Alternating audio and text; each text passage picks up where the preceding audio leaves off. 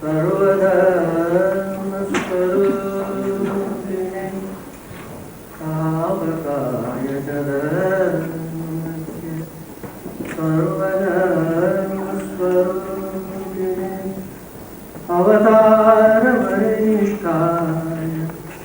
रामकृष्णाय ते नमः।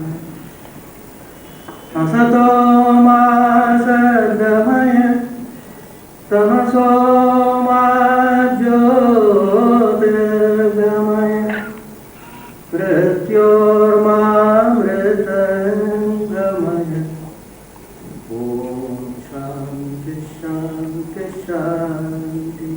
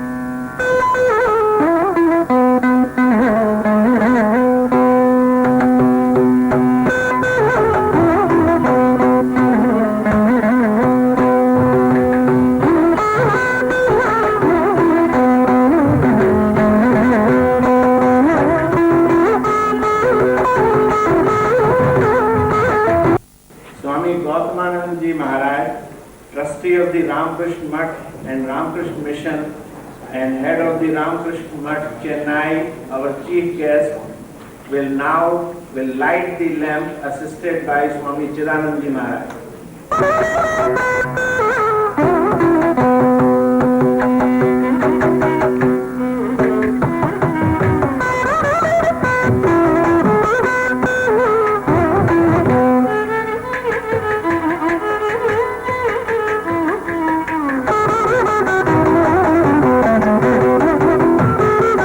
Swami Chidananda Maharaj for invocation. Shri Gurubhyo Namaha Hari Om. Sahana Bhavatu Sahanau Bhunattu Sahaviryam Karavavane Tejasvinavaditamastu ma vidvishavane. Om Shanti Shanti Shanti. Shanno Mitrasham Varuna Shanno Bhavatvaryama Shannagindro Brihaspati Shanno Vishnurukrama Namo Brahmane Namaste Vayo Tvameva Pratyaksham Brahmasi Tvameva Pratyaksham Brahma Varishyami Ritham Vadishyami Satyam Vadishyami Tanmamavadu Tadvattaramavadu Avadu Mam Avadu Vattaram. Om Shanti Shanti Shanti. Bhadram Karne Vishnuyama Devaha Bhadram Pashe Makshabhiryadatraha Dirairangai Surtubam Sattanovhi Vyasema Devahitayadayuh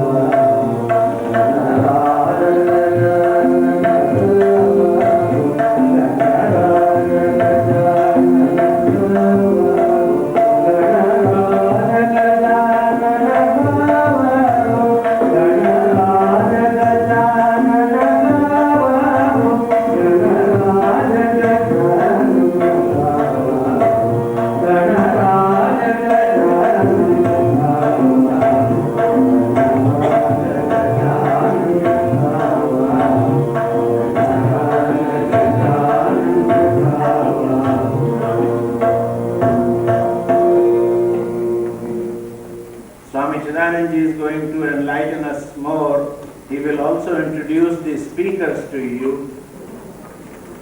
Om Savakaya Janasya Sarvadharma Swarupine Savakaya Janasya Sarvadharma Swarupine Avatara Vanishtaya Ramakrishna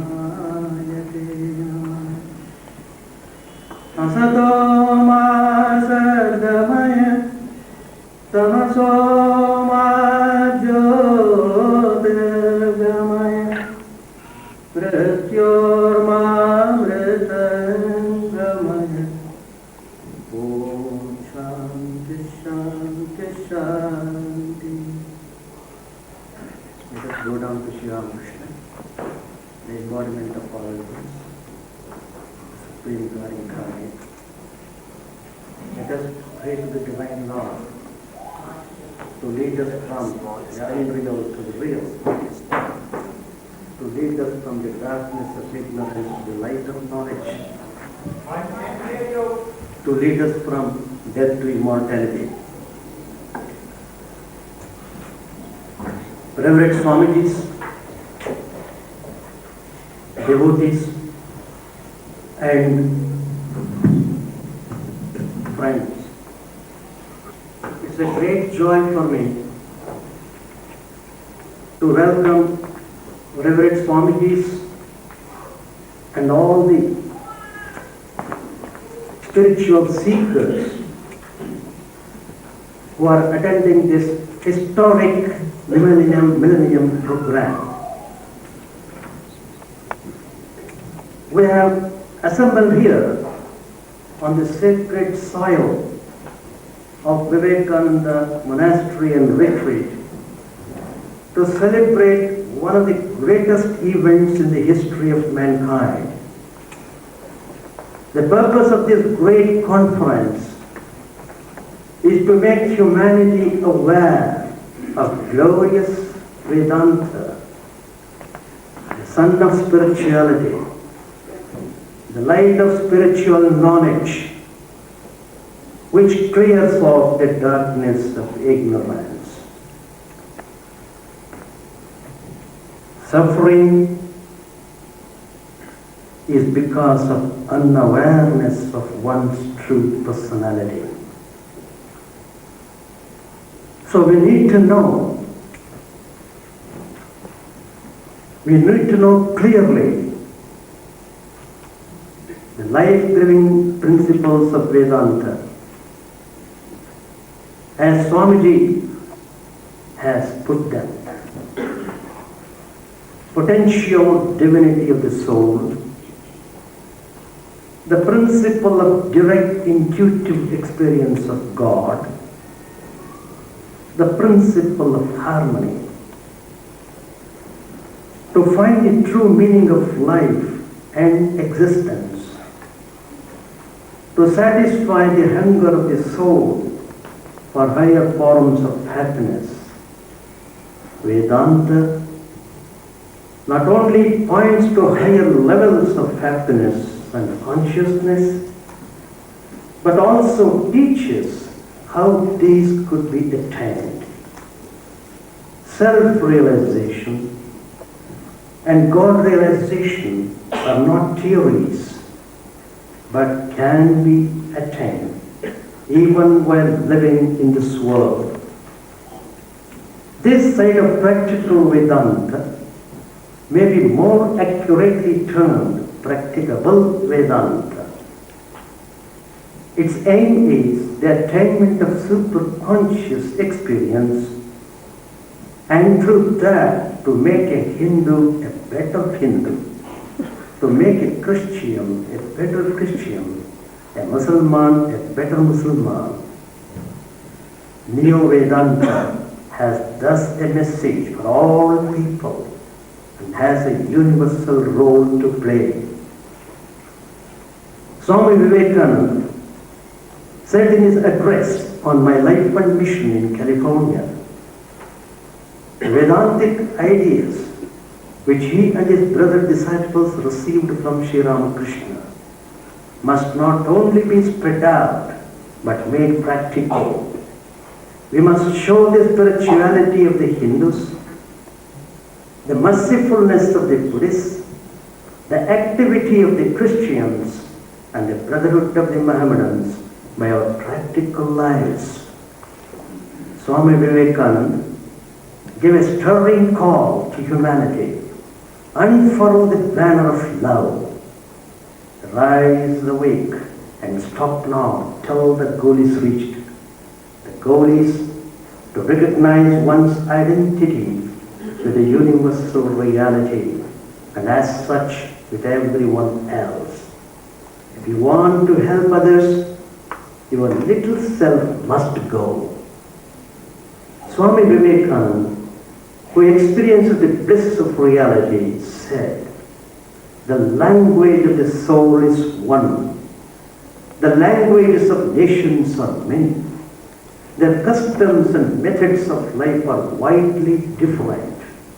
Religion is of the soul and finds expression through various nations, languages, and customs. Hence it follows that the difference between the religions of the world is one of expression and not of substance. And their points of similarity and unity are of the soul, are intrinsic, as the soul is one in whatever peoples and whatever circumstances it manifests itself. The same sweet harmony is vibrant there also, as it is on many and diverse instruments.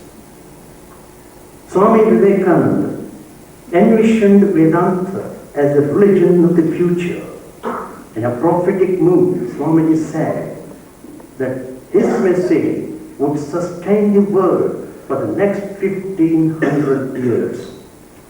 Since the time of Vivekananda, Vedanta has silently but surely influenced the thought currents of the world and built a consensus of amity among all the branches of human knowledge. Today, the religions are in a process of continuous dialogue.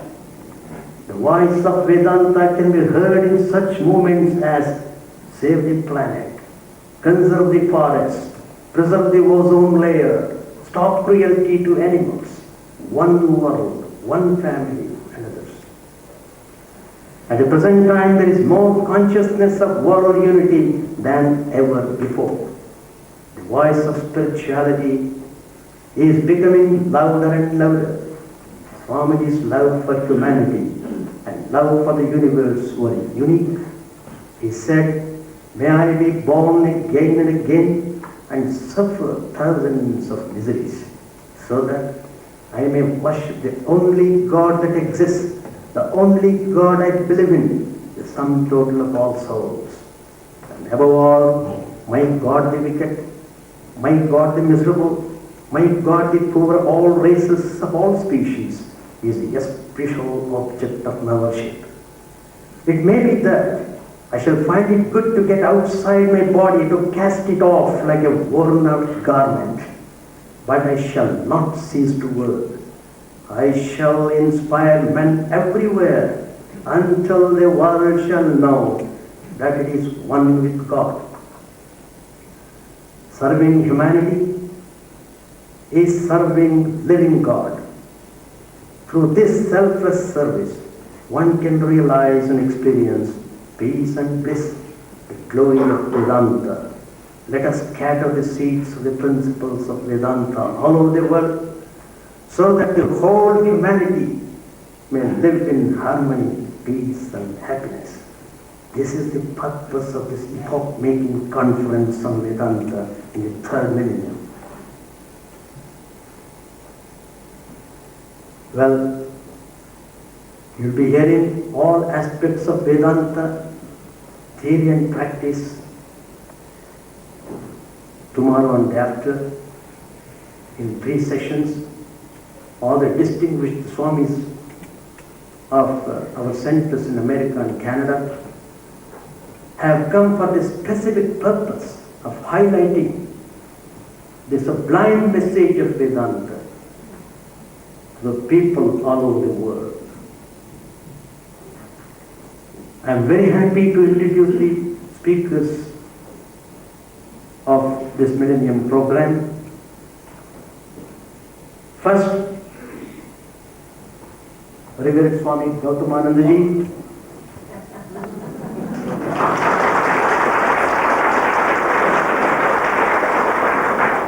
We are happy to welcome and introduce the distinguished Swamis of the Ramakrishna Mission from our Vedanta centers in USA and Canada, participating in this historic event, Vedanta in the third millennium, commencing from today on this holy Ganges.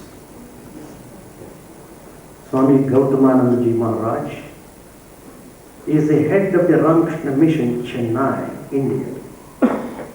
He was very fortunate to have his spiritual foundation and formation by way of initiation under late Revered Swami Yatishwarananda ji, the late Vice President of the Ramakrishna Order, in the year 1955. The Swami joined the Ramakrishna Order at Delhi in 1956 and again fortunate to have his early training under Revered Swami Ranganathananda ji Maharaj, the present President of the Ramakrishna Mission. The Swami was ordained into sannyas in 1966 by the late President Revered Swami Vireshwarananda ji Maharaj. Swami Gautamananda ji has served among the tribals in Meghalaya, in Arunachal Pradesh, and in Bastar district in Madhya Pradesh for about 20 years, engaged in educational activities. He has also served mission centers in Bombay, Calcutta and Raipur. He became trustee of the Ramakrishna Mutt and Mission in 1990. He served as a secretary of Sharda Peeth, a huge educational institution, in 1991. He became the head of the Ramakrishna Mutt and Mission Chennai in 1995. He is well versed in Ramakrishna Vivekananda philosophy as well as on Indian culture and traditions. He knows 6 languages. We heartily welcome him to be the chief guest for this most historic event in America, Vedanta in the third millennium.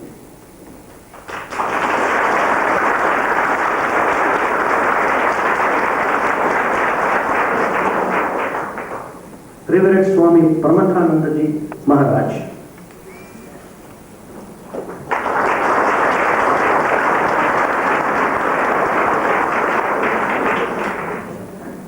We are happy to welcome and introduce Revered Swami Paramathananda ji Maharaj, the head of Vedanta Society of Toronto, Canada.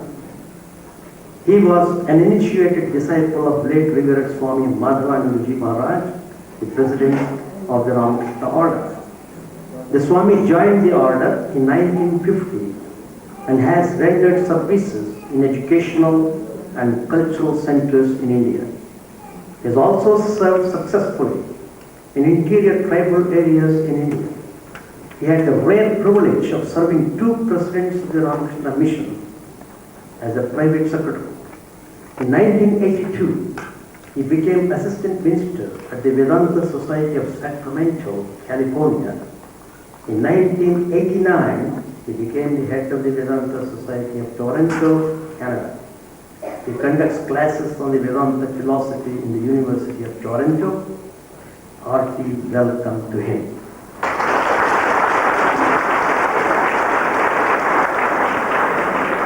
Revered Swami Prabhupada ji Maharaj.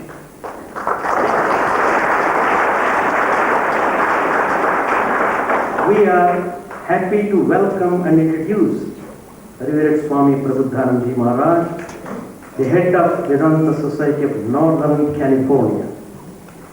He was an initiated disciple of late Revered Swami Vivekananda ji Maharaj, the president of the Ramakrishna Order. He joined the order in 1951 He got sannyasa in 1960 and became the head of the Ramakrishna Mutt Bangalore in 1966. He became the head of the Vedanta Society of Northern California in 1970.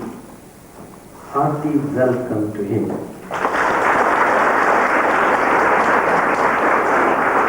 Reverend Swami Chidananda Maharaj. We are happy to welcome and introduce Reverend Swami Chidananda, the head of Vedanta Society of New York. He was an initiated disciple of Reverend Swami Vivekananda Maharaj in 1945. He was ordained into sannyasa in 1964 by late Reverend Swami Madhavananda Maharaj, the president of the Ramakrishna order. He served in our education institutions in Bengal,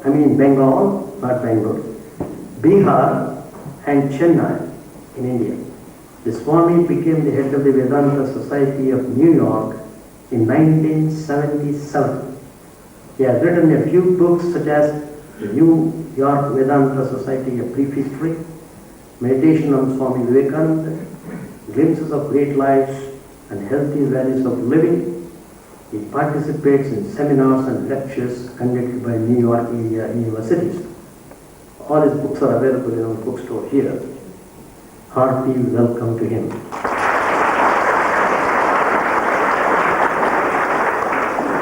Reverend Swami Aparanandaji Maharaj. We are happy to welcome and introduce Swami Aparanandaji, the head of Vedanta Society Berkeley. He joined the Ramakrishna mission in 1956 at Advaita Ashrama, Kolkata. He got sannyasa in 1966 and served the mission in Cherrapunji, New Delhi, Mauritius. He came to our Hollywood Center in 1978. He became the head of our Berkeley Center in 1985. Hearty welcome to him. Swami Chidananda Maharaj.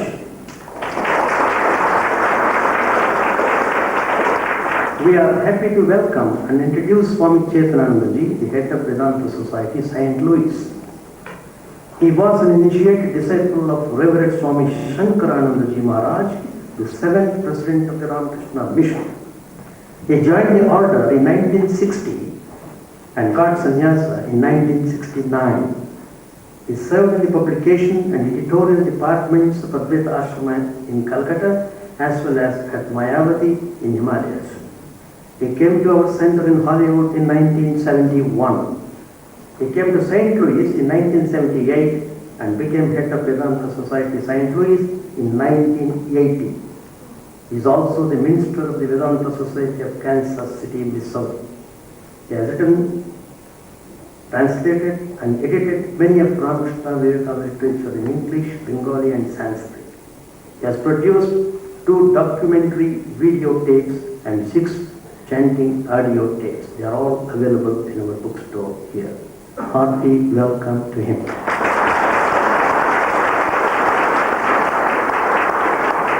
Swami Shantarupanandaji Maharaj. We are happy to welcome and introduce Swami Shantarupanandaji, the head of Vedanta Society, Portland. He joined the mission in 1965 and got sannyasa in 1974. He served as the head of 2 educational institutions of Ramakrishna mission at Cherrapunji and Along in India. He served in our publication centers at Advaita Ashrama and Bodhan in Calcutta. He came to our center in Portland in 1991 and became its head in 1996. Hearty welcome to him. Swami Sarvadevanandaji Maharaj.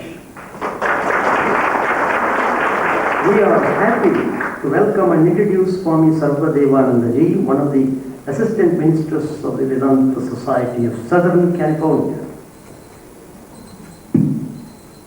He joined the mission in 1965 and got sannyasa in 1975.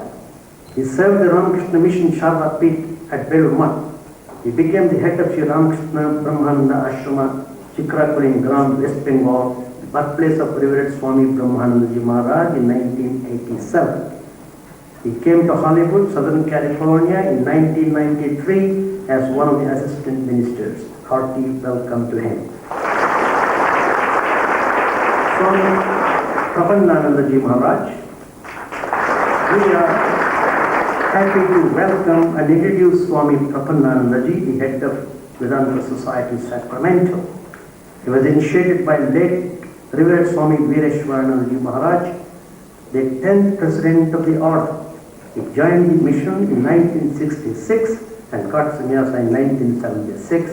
He served our mission center in Rajkot, India. He came to our center in Sacramento in 1989 and became its head in 1996. Hearty welcome to him.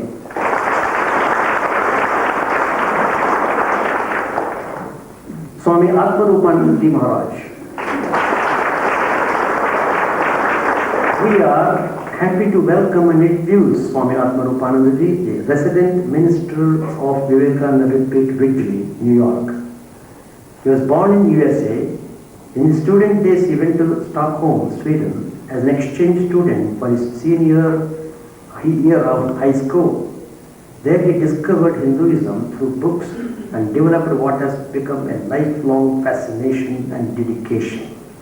He joined the mission in 1969 at its Chicago Center and had his spiritual training at the Vivekananda Monastery and Retreat in Ganges, Michigan, here,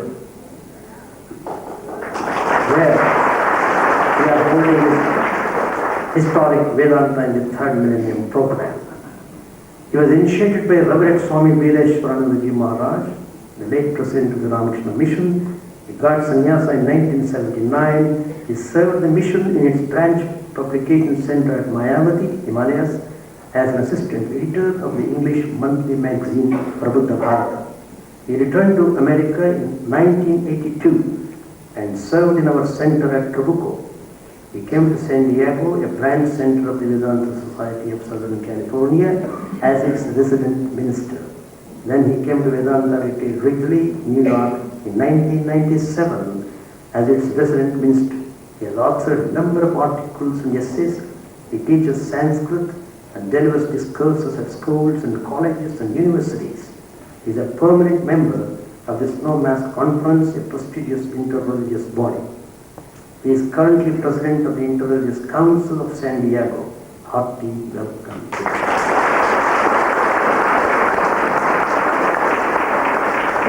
Swami Brahmarupanandaji.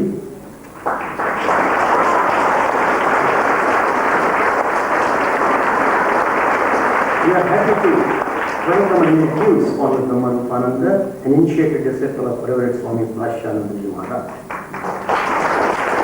He served at the Vivekananda Vedanta Society in Chicago and the Vivekananda Monastery in Retreat, Ganges, Michigan, before moving to our center in Washington, D.C. He conducts retreats, classes, and delivers speeches for various Vedanta groups in different states of America. Hearty welcome to him. Well, let me introduce Swami Chidananda before I introduce myself.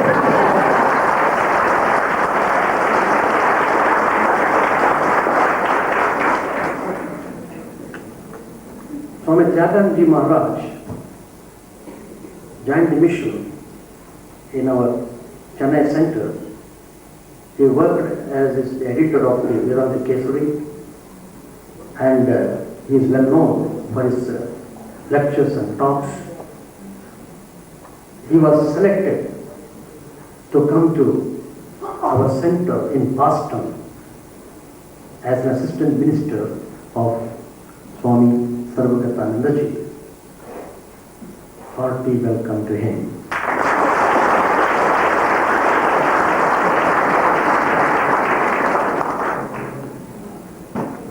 Well, now it comes my turn.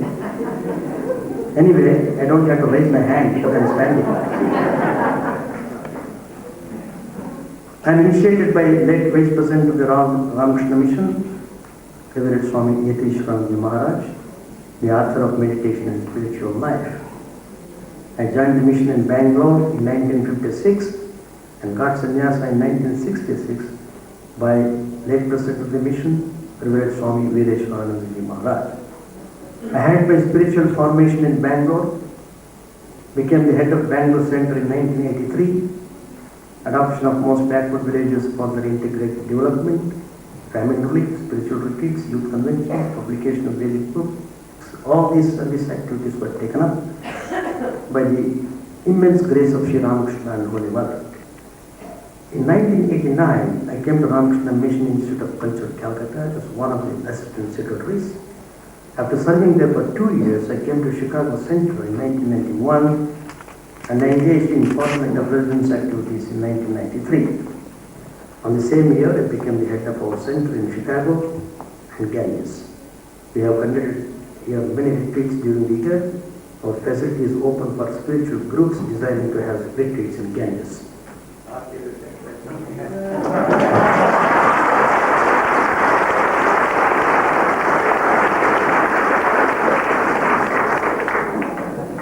The last speaker, who is playing a very important role in this program, Vedanta in the third millennium, is Swami Vivekananda Maharaj.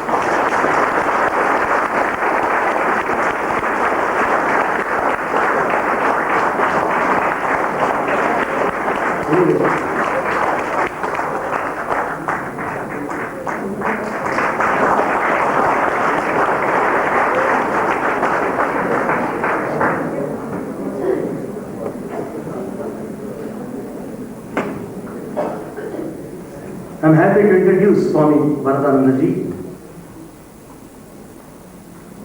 He was initiated by Revered Swami Vivekananda Maharaj. He joined Vedanta Society in Chicago in 1973. He got sannyas in 1982. He is taking classes in Bhagavad Gita and scriptures besides Sunday services.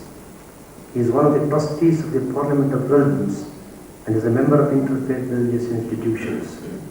Most hearty welcome to him.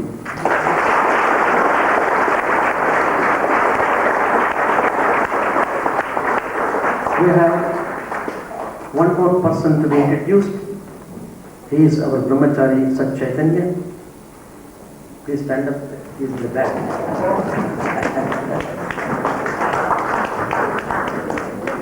Yeah.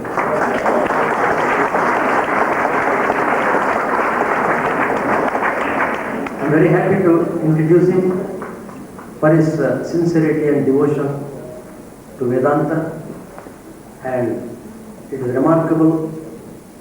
He is staying here in this facility, coordinating all activities and taking care of all the returns who come more frequently every month. He will be participating in our Millenium program, and he will give you the brief narration of the history of the Vivekananda Monastery in Ganges. He was very much trained in the spiritual disciplines according to our Hindu tradition. He loves Vedanta very much. Most hearty welcome to him.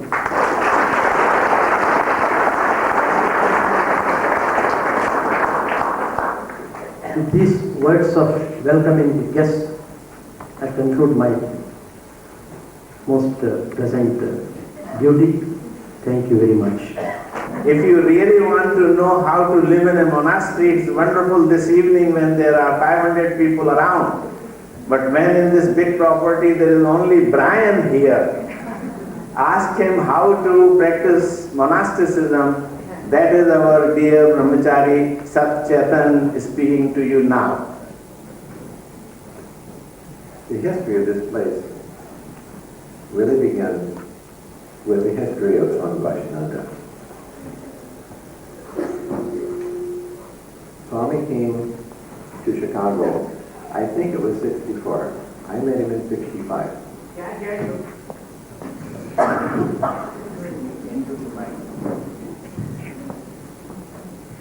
At that time, we were located in what is called near North Chicago on Elm Street.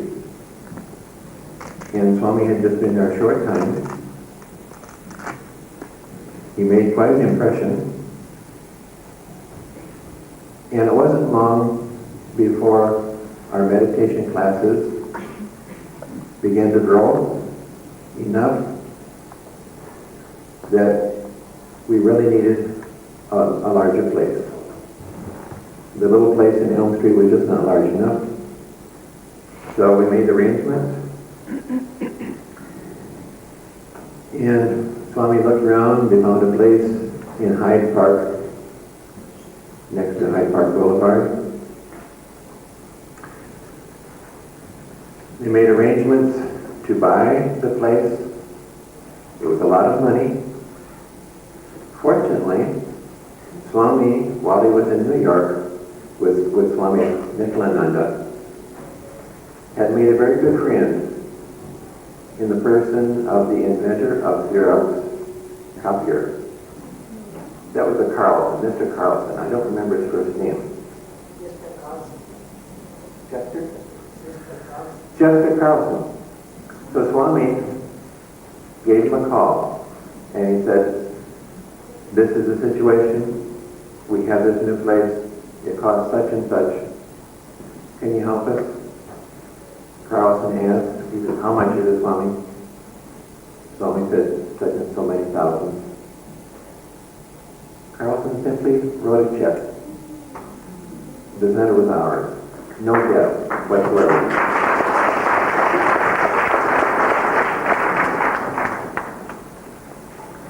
Now this was the late 60s. And if you remember back, you remember this was a very unusual time. This was the time when we began to hear about the flower children, Haight-Ashbury, a lot of drug experience, LSD, psilocybin. A lot of people were taking these drugs. Now, I'm telling you this because it's part of our history, because it relates to this place. This was the beginning of the hippie movement, and we might call it a large movement to the left among the young people, as opposed to a movement, as opposed to a conservative stance to the right, as with Republicans. It was a general movement to the left. So we saw all these strange vibrations, all these strange experiences people having, all these drug experiences people were having. Some of them good experiences, some of them bad experiences. And it was from some of these good experiences that I talked with people who said they had an experience, they felt it was a spiritual experience. And because of that experience, they came. They wanted to do it better. They didn't think drugs was the right way to go. They felt there was a better way, and so they came. They came to our center, they came to Swami, they came for guidance, and it was people like this who began to make our numbers swell. We began to grow.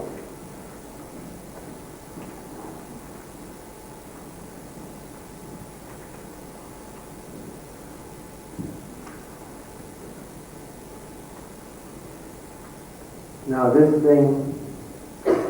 seeking of these young people is a very noble intention. It's a noble ideal. And it's something to be cherished and enhanced. And this was Swami's job and his concern. Here are these people, they're coming, typical Americans with their drug experiences and whatnot. They come to the monastery and they have the idea, I'll come here, I'll live here, I'll meditate all day long, and I'll do this reading the wisdom books, and that's all I'm going to do. And unfortunately, they have this unrealistic idea And they find they can meditate maybe for half an hour in the morning, maybe half an hour in the evening, and then they can't do anymore because we're always limited. That's all we can do. We can only slowly increase our time with meditation. So this is what they found, what to do with all that other time. You know, they've only used part of it, a small part of it, for meditation, for class. Now they've got a lot of time on their hands. What's to be done? Now this is the hard part. And this is Swami's problem. Because when you have a lot of young men, and of course we had women too, but especially men, you've got a lot of energy there. And with all that energy, if you can't keep those people busy, engaged, using that energy, they're going to get bored. And boredom is one of the worst poisons of any ashram. It's a poison. Because in this country, you get a little bit bored, typical Americans get a little bit bored, and they say, goodbye, I'm off to do something else. So to keep these people happy, to help them fulfill this wonderful ideal that they've had in coming, to do something to develop their spiritual life, to develop this thing called inwardness, this big, wonderful process. You have to keep them happy. You've got to keep them engaged, especially in this country. So much rajas is there, so much energy, so much muscle power which has to be expended. So this was Swami's problem. How to keep these young people engaged. They were in Chicago. We have a center there. After completing the most basic things, the most basic activities, you know, cooking, cleaning, maintenance, then what? It was Swami's difficulty, his need to find projects, continuing projects, to keep these young fellows occupied, day after day. You may think it's easy, but it's not, because it's continuous. Every day, day after day, week after week, having to find things for these young guys to do. And I'm saying this is the genesis for this place. Having so many young men, a lot of young women there too, in the center, and having to find a place where they can spend their energy and at the same time continue this wonderful process of spiritual development. So, what to do? One thing that came to Swami's mind, a monastery. So he began looking around. He was with Harry Greer. They were driving out one day.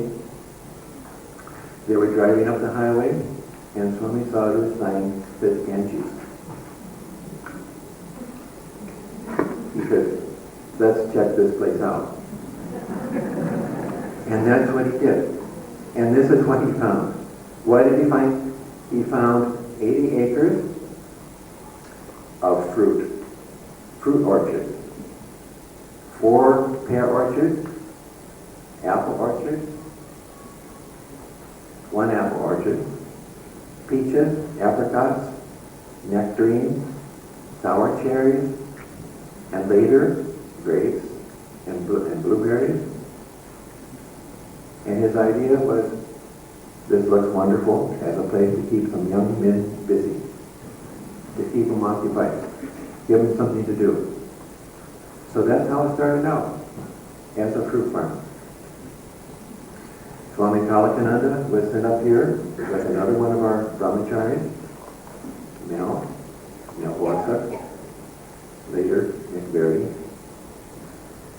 And they were to be the beginning.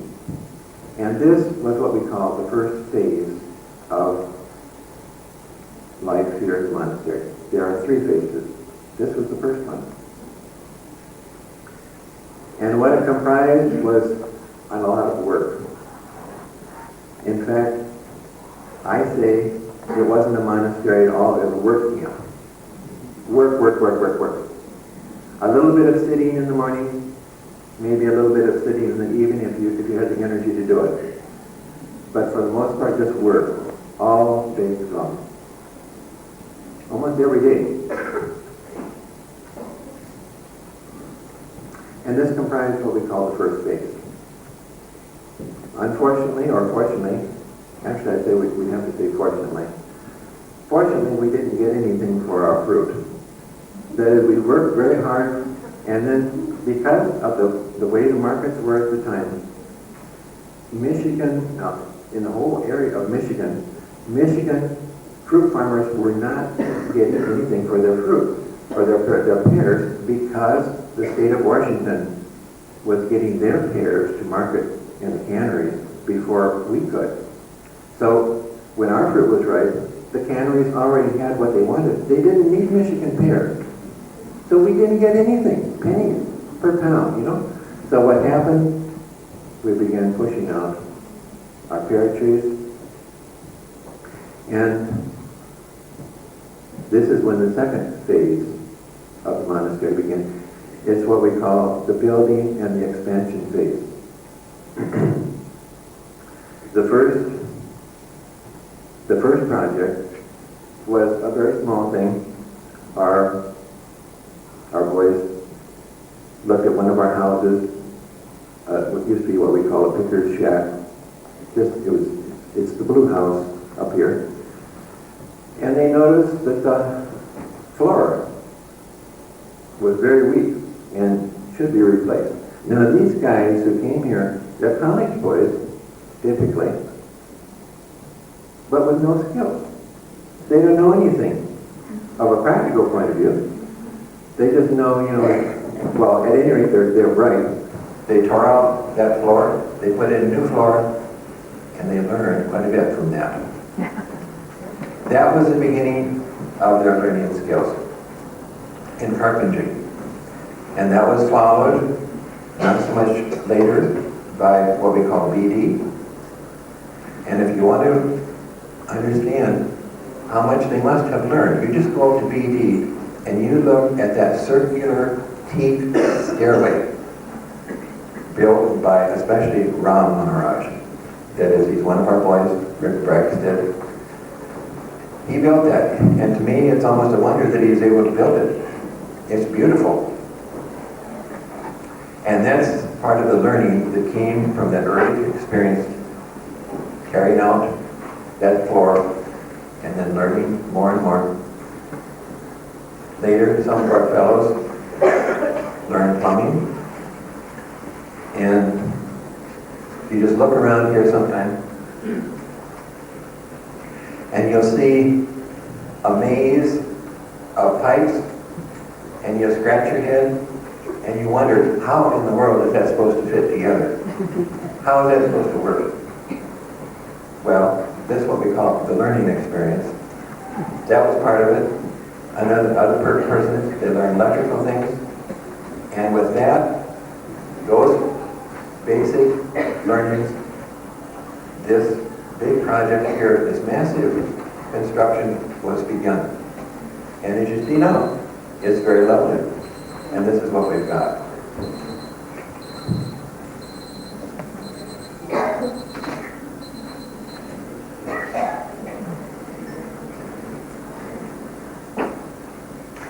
Now that was what we call the second phase. All of this learning that we had. And after this, more building, those pole barns up there, 4 pole barns, we didn't build them. Construction people built them. These log cabins across the way on the lady side, we built those out of kits. And after that was finished, that was pretty much the second phase. And gradually, as we began finishing with these projects, we began having more time. And in all of this, I forgot to mention how important it was. Swamiji, the Swami Vivekananda, Swami Bhajans, being here half of every week, week after week after week after week, half of every week, being here, supporting us, keeping us together, keeping us something to the ideal, giving classes in the evening. This was the most important thing. And then as these projects began to wind up, as we began having a place and less pressure to be building things all the time, the place began to enter what we call the third phase. It began to be more of a monastery. It wasn't a work camp anymore. It was beginning to be a place where there was calm, where there was peace, where we could spend more time on the spiritual project. And that's where we are now.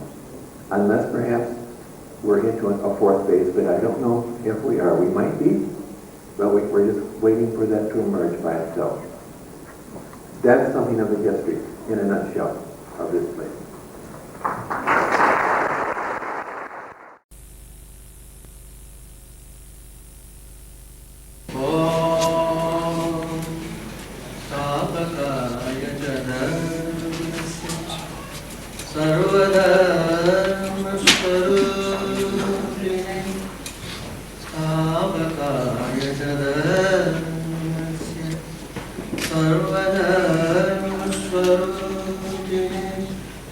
Avatar Varishthaya Ramakrishna Asato ma sadgamaya Tamaso ma jyotirgamaya Pratyor ma mritangamaya Om Shanti Shanti Shanti Gaure Jaya Jaya Ramakrishna Gaure Jaya Jaya Ramakrishna Gaure Jaya Jaya Ramakrishna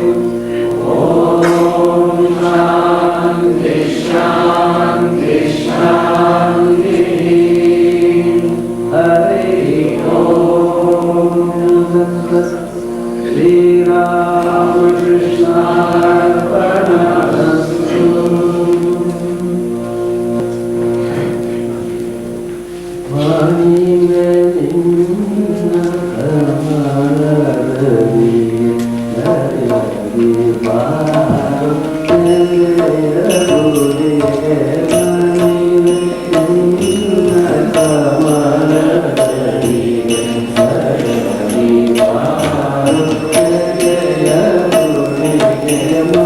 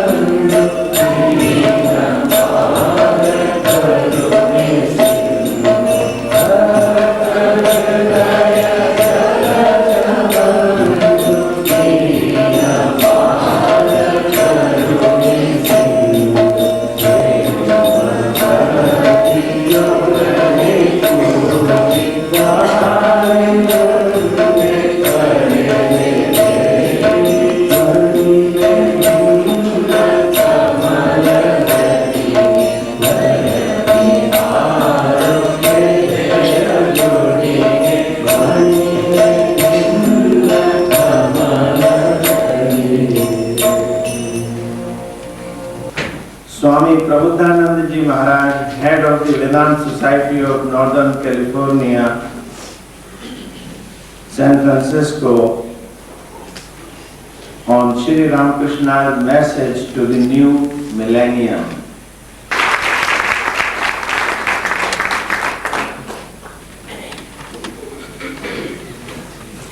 Respected Swamis and friends,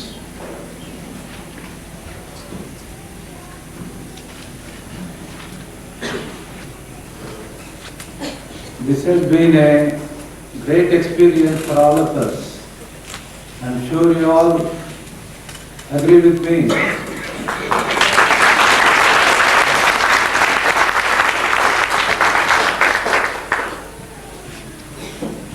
It's a great spiritual feast.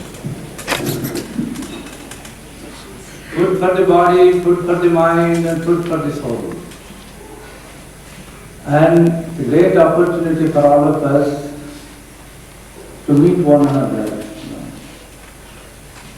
It's a great joy to be in the company of brother monks and then devotees of God, all assembling in a holy place and talking about God, talking about spiritual life and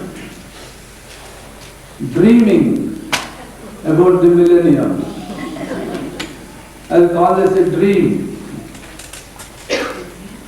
because in dreams and in imagination there is no limit. For all other things there are limits. 1,000 years more you have to dream, so there is no limit to that, and it's grand. You can go on dreaming, you can go on imagining, and you have to do it in an educated way, that's all. That's the difference. Now, you have been hearing very inspiring and illuminating talks by our Swamis, and then in a way my work is easy because everything has been said already. In fact, yesterday I was talking to one of our devotees and he was saying that he asked his son or daughter to attend the meeting. And he or she attended. Afterwards the father asked, "How did you like it?" All the Swamis spoke the same thing.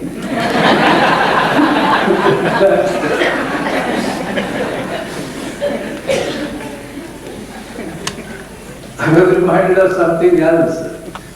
One of our devotees brought his friend to our meeting, Sunday meeting. After that the friend, our devotee asked the friend, "How did you like it?" The same old stuff. So, if I tell the same thing, please don't mind.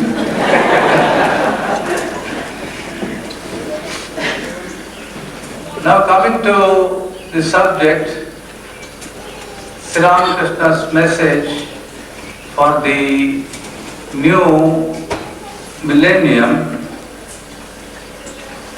As I said already, we can go on dreaming, go on imagining, of course, in a reasonable way.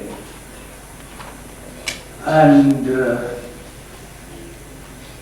when we are young, we imagine one way. And when we become older and older, we imagine some other way. You are all familiar with that. Since someone thought that he would reform the world when he was 25, he had great plans for all the improvement of the world. Then he says, when I came to 50, if I can manage my vacation schedule, it's more than enough.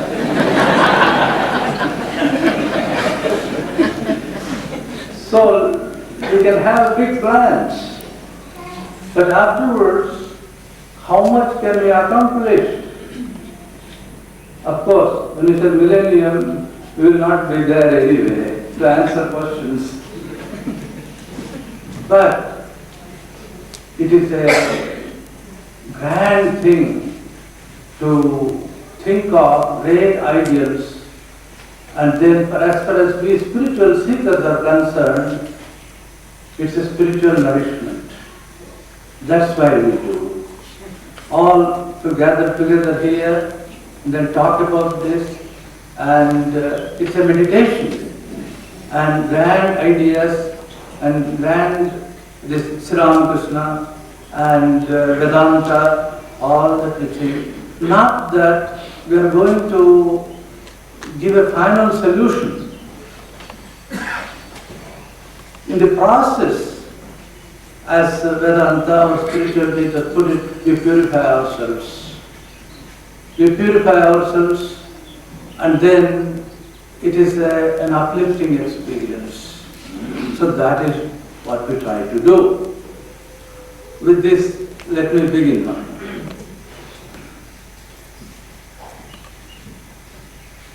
Before I begin, I quote from one of the philosophers, Indian philosophers.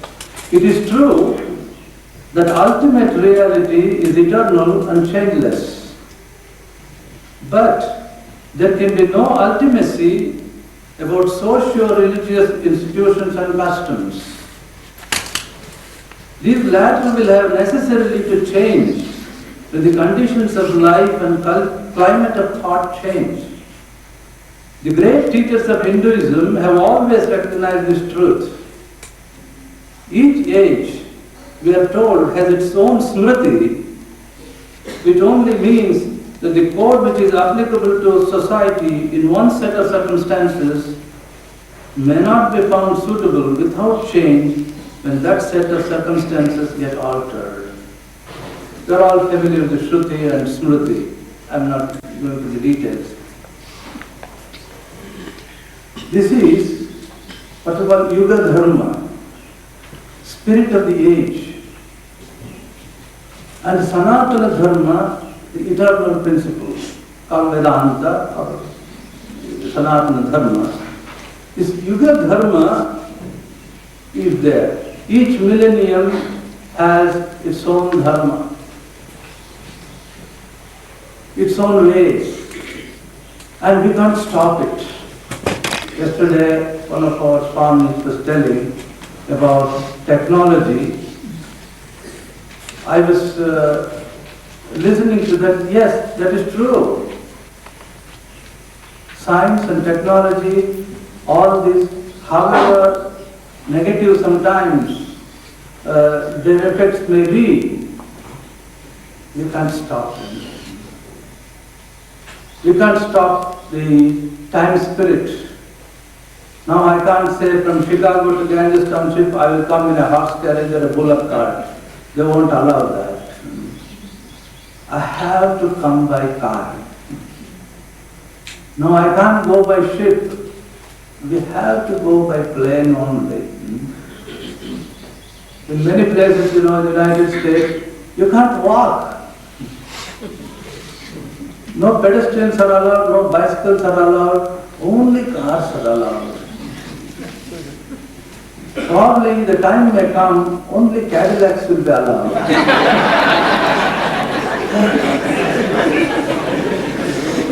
So, this science and technology and the other side, say democracy and this intellectualism, lot of books and study and ideas everywhere, and all these, this speed with which it's going, it is staggering.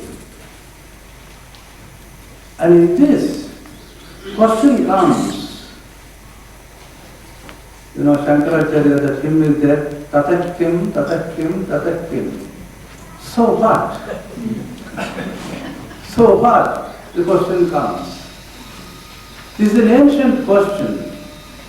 Even early in the scriptures, we find this even our so-called noble ideals like humanitarian service. Question is asked, so what? The modern language is you burn out. You burn out. So the big question comes, what next? This Yuga Dharma is there, you can't stop it, the spirit of the age, and even the so-called good things. Sometimes, they say it's like our human rights or international humanitarian peace corps, or so many things are going on, like good-hearted people and well-meaning people, they start all these, the question comes, so what? What is happening? In the name of all these things, there's a lot of, from positive, negative, both sides, a vacuum. Meaninglessness, vacuum, there's no fulfillment in this. So, here comes our Ramakrishna. What is the solution for this? What is the solution? For Sri Ramakrishna, solution is only one solution, God. Spiritual solution is the only solution. And then here, sometimes it appears very dogmatic. Nanyah pantha vidyate ayanaya, there is no other way. Supposing I said there is no other way. One of our friends, in that is there, Srinvantu Vishwe, Amritasya Putra, then Nanyah pantha, there is no other way. So one of our American friends, he quietly removed that in the translation. How can we say there is no other way? That seems to be. But the challenge is there is no other way. There is no other way. Ramakrishna comes, there is no other way. See, Swamiji was asked once, what is Sri Ramakrishna's message? He said immediately, be spiritual first. Be spiritual first, that is the message. Be spiritual first. So what is his message for the next millennium or the third millennium? Be spiritual first. Then you may ask this question, what was the message for the last millennium? It is the same. Even before that, Jesus said, seek ye first the kingdom of God. So first, God should come first. But the idea is this, in the Yuga Dharma, the same thing is told, but according to the need, according to the language of the new world, that's all.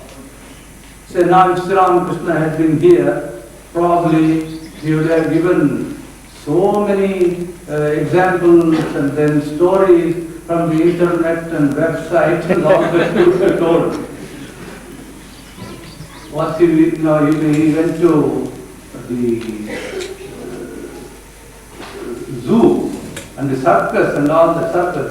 They said, oh, if you had visited once more, then Sri Ramakrishna immediately asked, oh yeah, you mean examples, you mean stories? Yes, he would have told.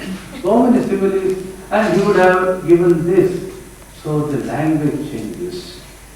But the message is, be spiritual first. Let's go fast. Now in this, some of the problems of life, basic problems and the ancient problems, say I talked about speed, Yuga Dharma, so much negativity about technology and then intellectualism. By intellectualism, Sri Ramakrishna was very vehemently opposed to this dry intellectualism. First I thought, again, younger and older, then I was, earlier days, Sri Ramakrishna, he was a dropout. So he talked about this. No. After all, staying in the United States for more than 30 years and coming across many PhDs and research scholars and others and all the scholarship, what they do in the universities and divinity schools and what research theses they bring out, all that. After that we see Sri Ramakrishna was right. Sri Ramakrishna was right. There is one teacher made a comment. In this world, if we honestly watch things, we don't have to do anything. Just honestly observe things, how things are going on in life. Do you know the effect of that? He said, you will develop dispassion. Vairagya will come. If you see that, only you have to be very honest about it. So here, you can't stop those things. It goes on. But what can you do about it? Can we do something? Yes. It is this. This is the spiritual approach. And interestingly, there's a modern psychological approach too. Many things outside we can't change, but we can change ourselves. Our perspective can change. By changing my perspective, I can change my what? I can change my happiness and misery. Or, not only that, I can change some of the basic psychological problems. By changing my outlook on life, or what the modern expressions are there, world view. If I change my world view, I can change myself. There is one, if I want to scare you a little, I will use some quote something. It is called philosophical psychotherapy. It's not my word. It is there, it was. That is, by changing your convictions and your ideas within all that, you can change yourself. You have some basic problems, you can change, you can solve those problems by doing this. It is nothing new. Our spiritual life tells all the time it is that only. About your worldview, not only the worldview, how about view of yourself? How you view yourself. And by this, you can change it. And the worldview, Sri Ramakrishna makes it simple, Of course, there are big, scary words like Maya, or all those things are there. But Sri Ramakrishna put it in a very simple way. It is this. It's all mother's play going on. It's all mother's play. Sometimes mother plays in a very pleasant way, sometimes in an unpleasant way, and it's a mother's play. Whether this millennium, or next millennium, or next to that, it is going to be mother's play. Mother's play, how do you handle mother's play? In one way it is very easy. In another way it is impossible. If you want to play independently like that, it's impossible, but take refuge in the mother. Hold on to mother and you will be able to do anything. Take refuge in the mother. And in the Bhagavad Gita also it comes, it is you tasmat sarveshu kaleshu mamanusmara yudhyacha. You should fight the battle of life. No running away. Fight the battle of life, but hold on, remember me all the time and fight the battle. And all these problems, confusions of life, you can't. Whoever takes refuge in me alone can handle this confusion, can handle this play. So take refuge in me. So, how do you, the spiritual solution is this: take refuge in God, take refuge in the mother, and this is mother's play, and I am a playmate of the mother, go on playing. Whether it's a bullock cart, that's all right. Whether it's Cadillac, that's fine. 747 is all right. And then if 1007 comes or something else, all right. So you can face in the millennium whatever may come. So the method of spiritual life is this: for all eventualities, I am ready for anything. That is why it makes one fearful. Whoever takes refuge in me alone can handle this confusion, can handle this play. So take refuge in me. So how do you, the spiritual solution is this: take refuge in God, take refuge in the mother, and this is mother's play, and I am a playmate of the mother, go on playing. Whether it's a bullock cart, that's all right. Whether it's Cadillac, that's fine. 747 is all right. And then if 1007 comes or something else, all right. So you can face in the millennium whatever may come. So the method of spiritual life is this: for all eventualities, I am ready for anything. That is why it makes one fearless. It makes one fearless and confident. And we talk in the modern, already there is a lot of stress. We talk about stress. And after 100 years, 200 years, 500 years, think of the stress. It will have increased. Still more, it will have increased. So, can we stop it? No. It will be more stressful. Ramakrishna will say, Krishna will say, or it will be over the coming days, don't think it will be less.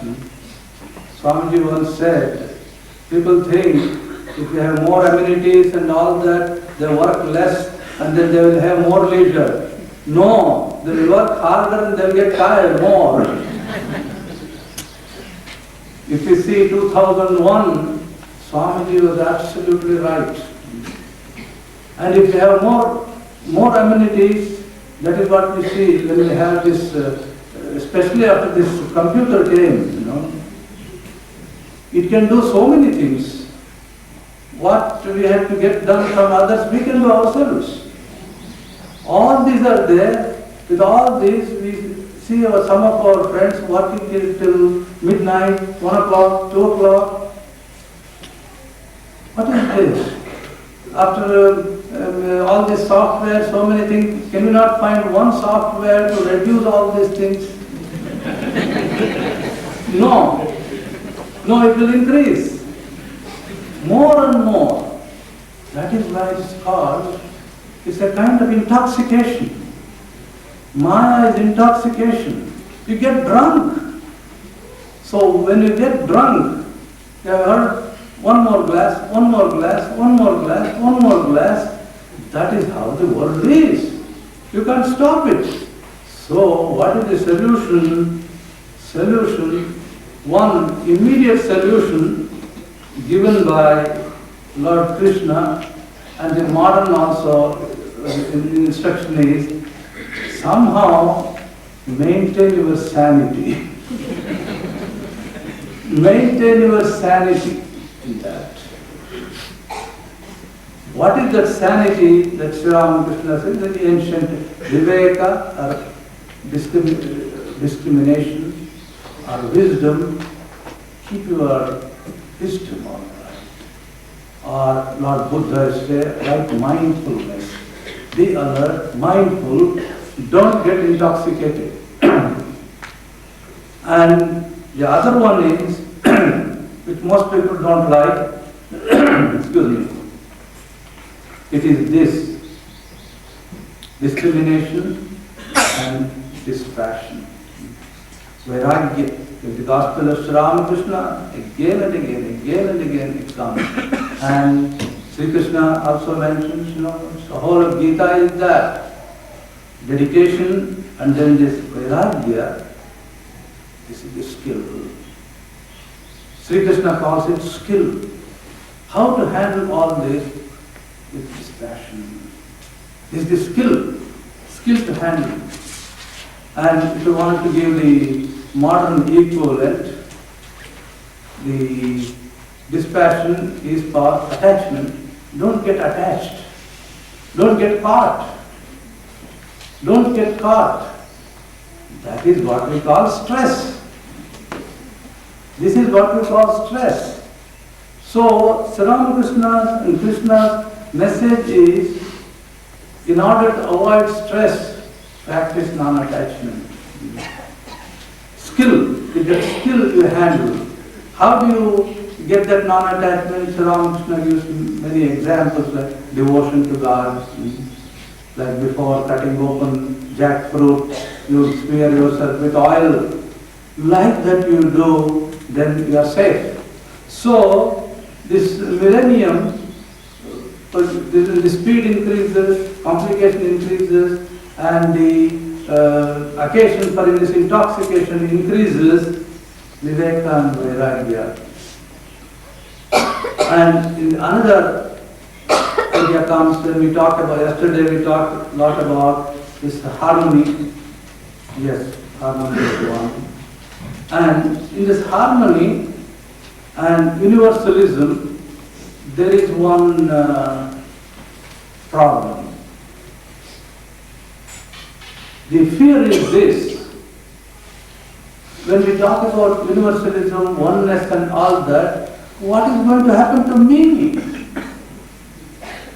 That is the fear. That individuality is melting away. Who likes to be melted away? So, what is the reply of Sri Ramakrishna? More and more. So when you say your individuality is not there, I don't like it. Supposing say after that you will be lost. I'm reminded of one, you're all familiar with Dennis the Menace. So the Dennis and his friends, all of them go to something like carnival or somewhere. Then what happened was, they get separated from their parents. And then they were brought to this lost and found place. And the policeman is telling, these boys are lost. Then our friend Dennis is shouting, no, I'm not lost, my parents are lost.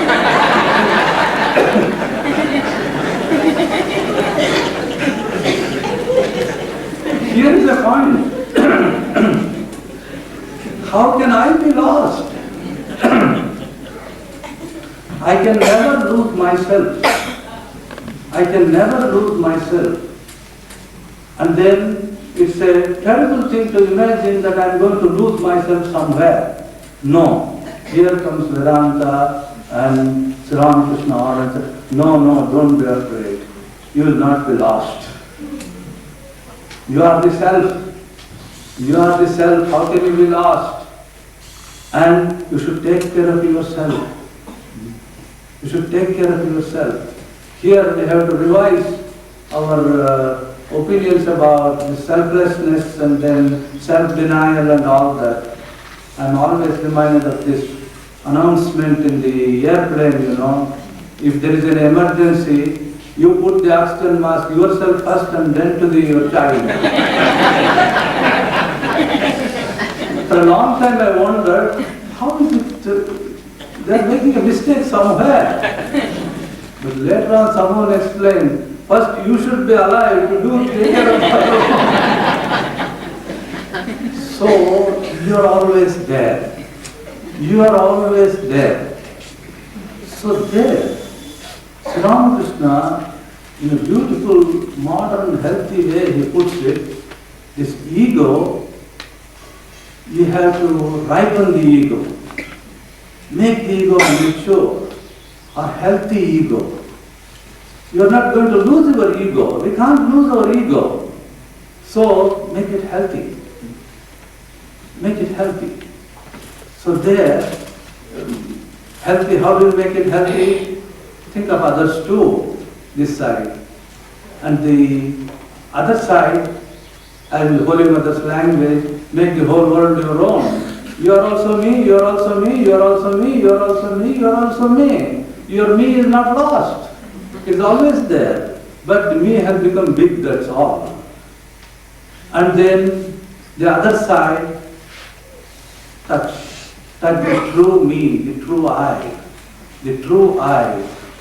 That is, call it God, call it Atman, call it by any name, the indwelling spirit, touch that.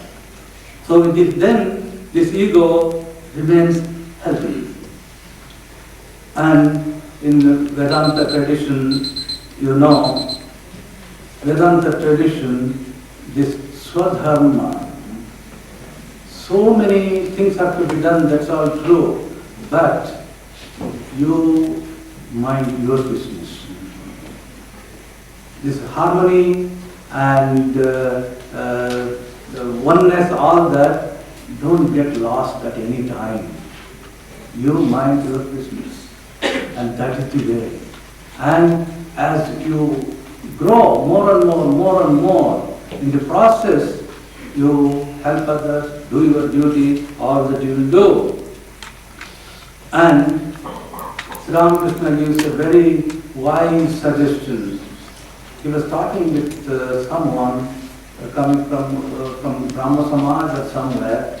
He says, try to be as loving as possible with others and live with harmony with everyone. Love as much as possible. Do that.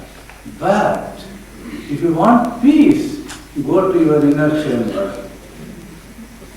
So all these are all right. But for peace, you have to go to your inner chamber only. Now, the time is up. I don't want to take more time. Before I close, I want to give you, place for you, 3 quotations from Swamiji and then stop. One is this Vedanta, all this should come to our day-to-day life.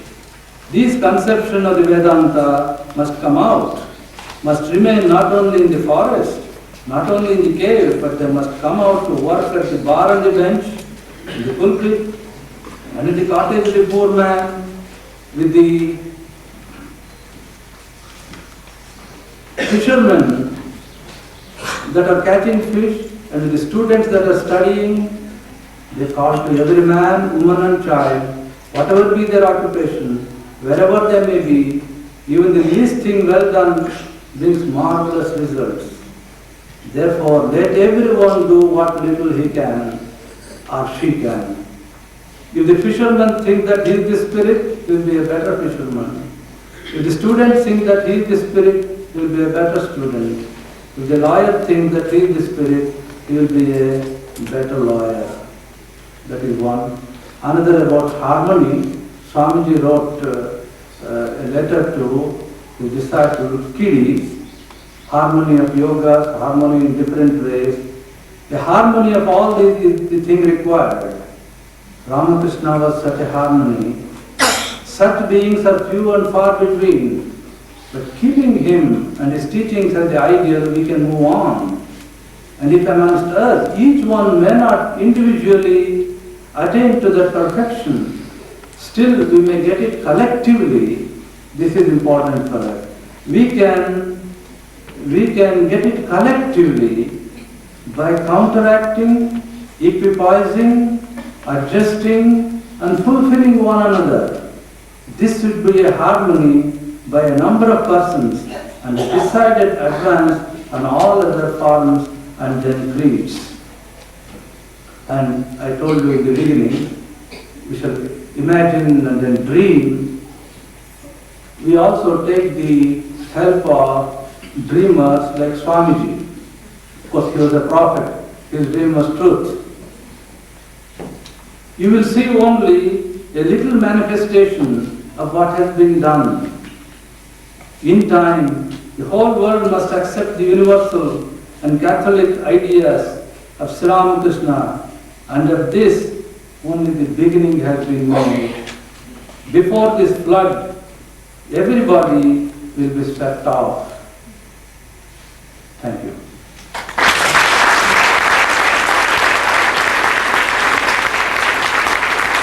Swami Pramukhanandaji Maharaj from Vedanta Society of Toronto is telling us about Vedanta and the modern age.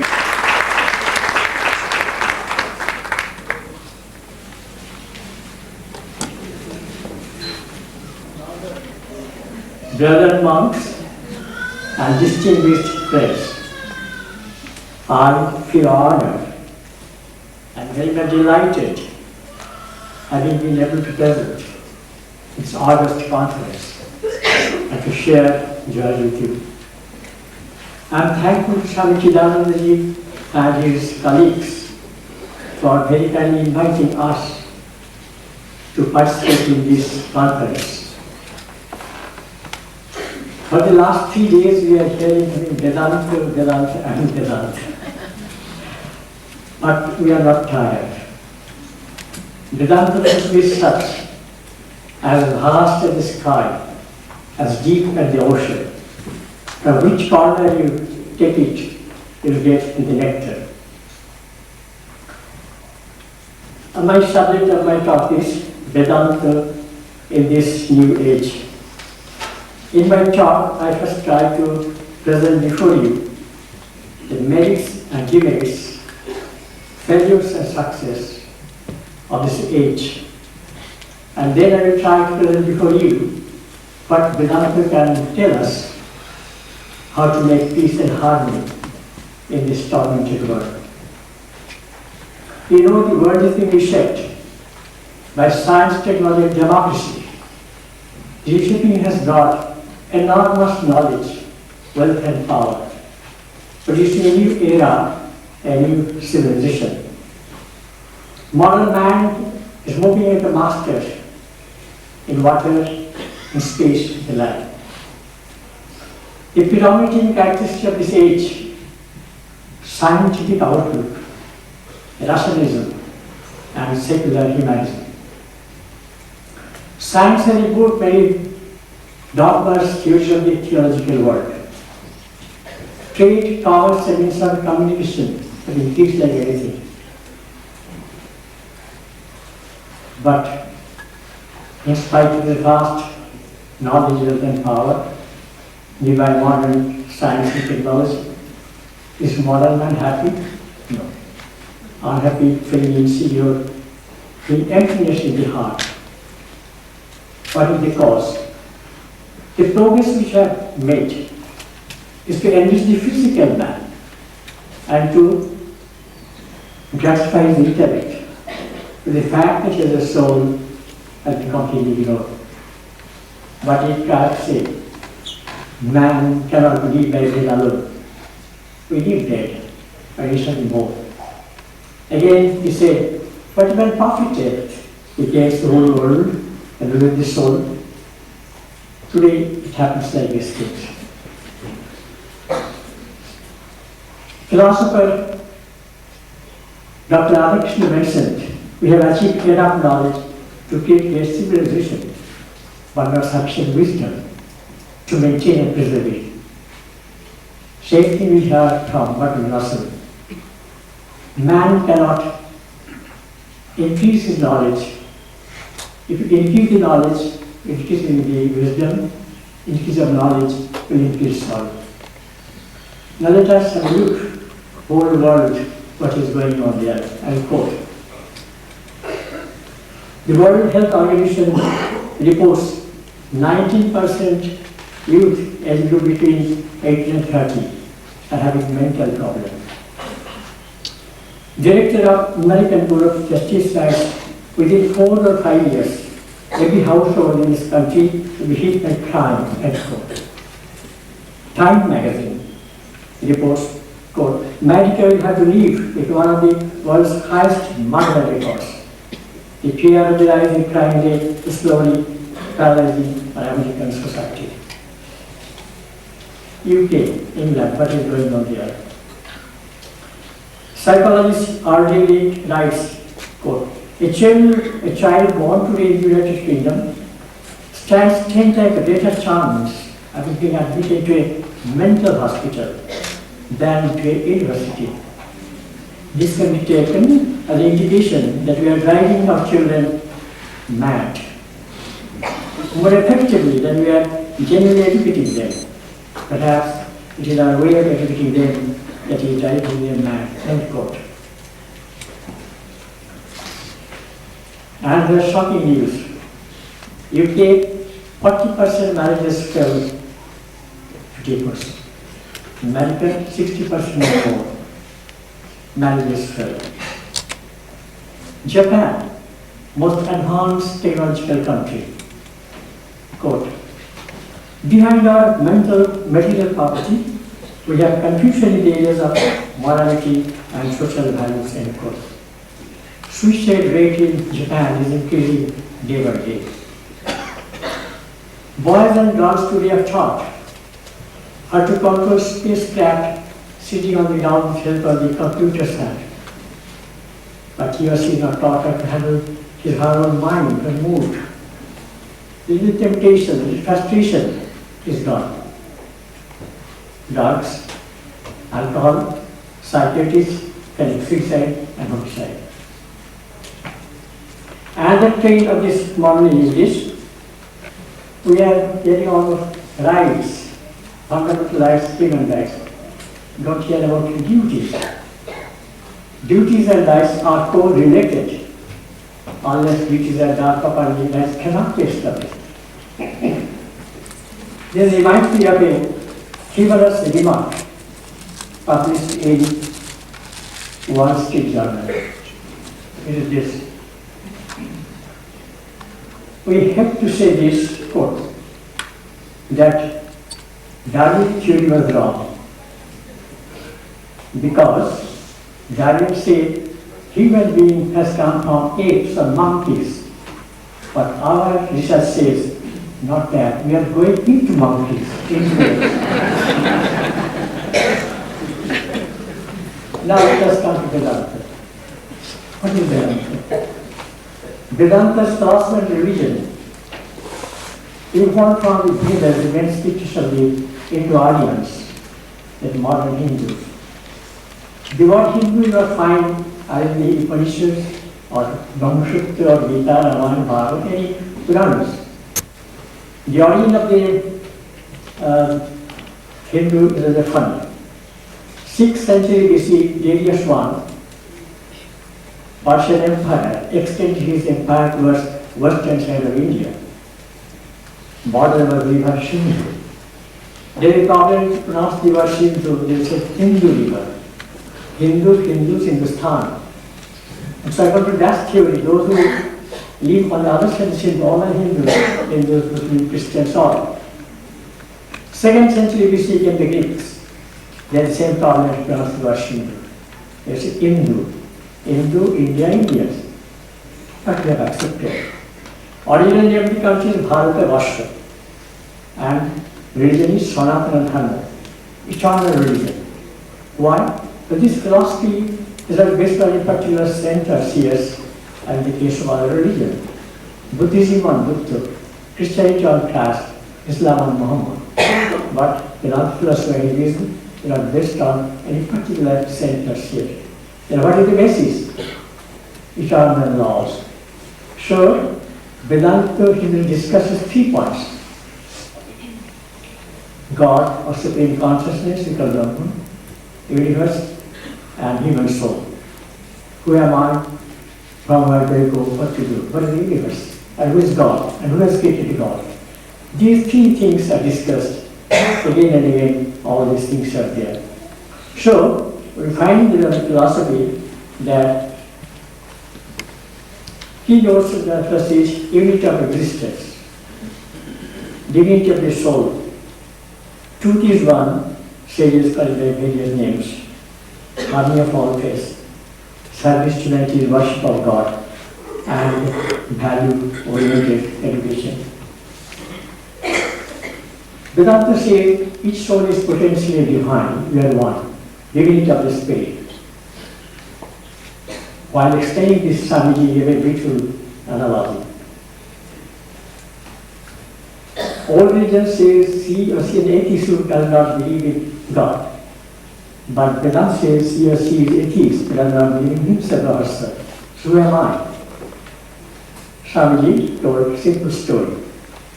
A lioness was carrying, could not harm, hungry. One noticed at the end of the forest a small brook. On the side of the brook there was a flock of sheep. Somehow crawled down, jumped across the brook, and unfortunately died on the spot, giving a lion cub birth. The man was taking care of the flock of sheep, noticed that the lion was chasing. Gradually got courage, came closer and closer, saw the lions were dead. The lion was the right thing. He had compassion. Who take care of this innocent and beautiful cow? He took it home and kept it in the flock of the sheep. The lion cub learned how to bleat like a sheep and learned how to eat grass. But in due course, a big lion. On the other lion noticed, what is this? The flock of a sheep, big lion, like me, and afraid of me. Something wrong. One day took advantage, got hold of the lion cub, dragged in the forest, saying, "You are a lion like me." No, you are terror, leave me, I am a sheep, I am a sheep. Took it to the water, see the reflection of your face and my face. And to see them, no. Kill one animal, put some fresh blood and chunk of meat in the mouth, saying, "My child, this is your food, not grass." And she had roaring, not bleating. When he started roaring, the whole forest started trembling. The lion cub, when he heard that roaring, got the taste of the blood and chunk of meat, got back consciousness. Yes, but all the time the lion was feeling like a sheep. Some say the same thing with us. We are children of immortal bliss. We all start from this thing and that thing, but we have forgotten. So, if we remember this, then we can understand who am I. Vedanta speaks this thing that doctrine of permanent incarnation. This doctrine was formulated in response to the question, what happens after death? And what they call the differences when the children are born. In a family, one is retarded, one is prodigious and handsome and handicapped.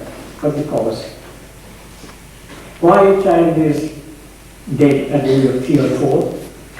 It's God's curse. Innocent child, why did the child find time to get sin? No answer. Why a child is born blind? For Satan and devil theory comes. Who has created Satan and devil to tempt us? If God created Satan, what type of God? Or Satan and devil self-created? That does not stand logic. There are no creators, one creator. Here comes Vedanta. When we are tired of working very hard and unsuccessful become, we cast our fate, bad luck. Without much effort, they come to success, we call it good luck. Whether say no good luck or no bad luck, you are responsible for your work. As you sow, so you reap. You put your finger and you burn. The saint, today is a saint, and a past. Because a sinner has a future. Sri Ramakrishna has in this age got a new dimension of religion. What is that? Driven by the relationship between Sri Ramakrishna and Narendra. Narendra was the pressing master. I want to absorb in the Bhagavad Samadhi. Generally, teacher will be happy. No, I'm so selfish. You have to do a lot of work. Well, no, I'm not going to do. You're so such adamant. One day I was not there.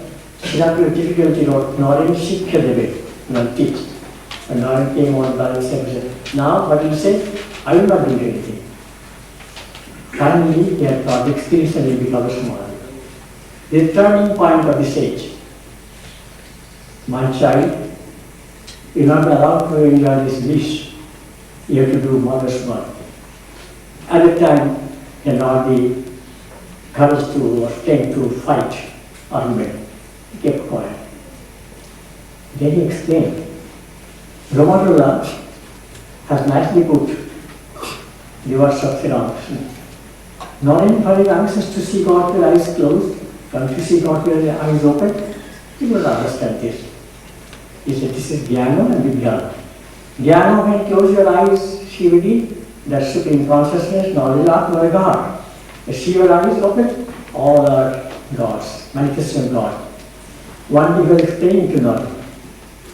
Narada, you will see it. Usakusi is God or Brahman. Durmat is Brahman, yes. Me, yes. The tree, yes. The wall is all our consciousness, not matter. He ridiculed the master. Got up, came outside, and talking with the husband outside. You know, you are Brahman, I am Brahman. Durmat is Brahman, Usakusi is Brahman. Younger person like that.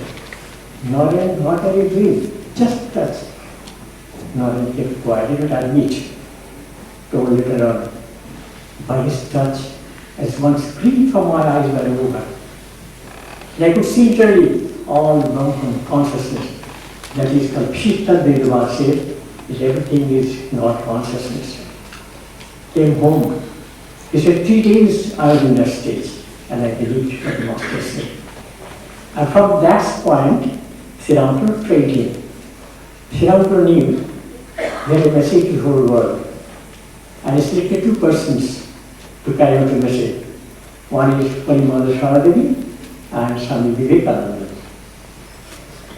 Trained Vivekananda from this beginning to the highest level of God consciousness.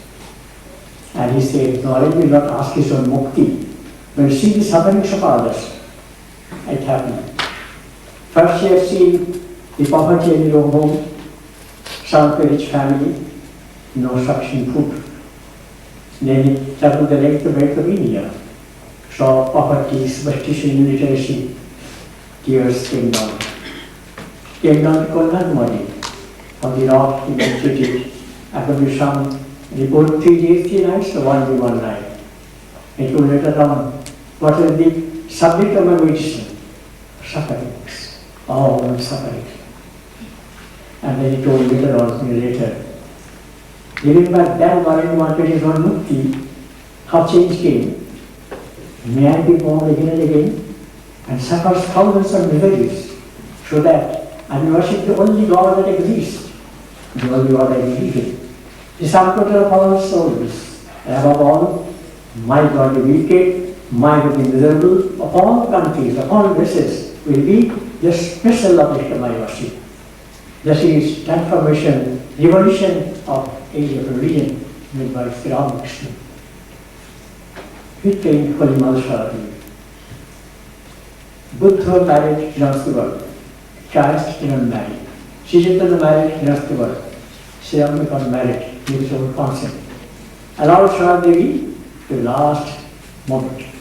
Not only that, he trained her from housekeeping to Samadhi and stayed behind to fulfill his unfinished task.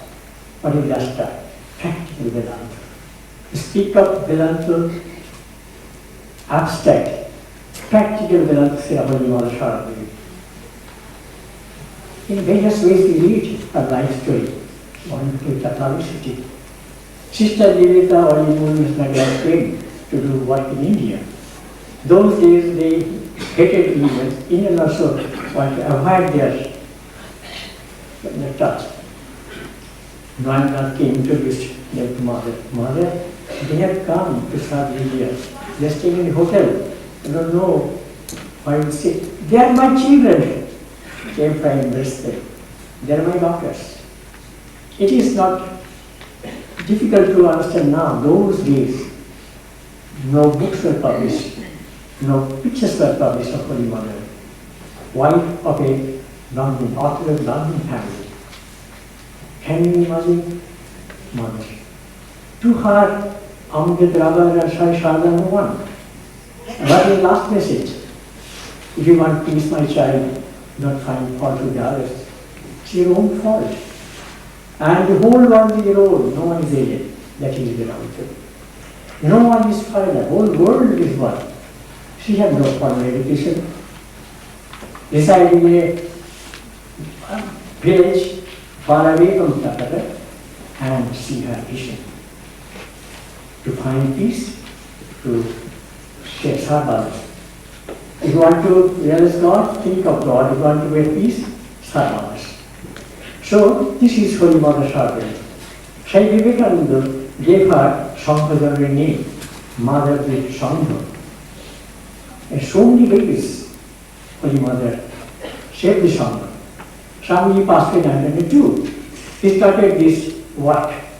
They were unthinkable those days.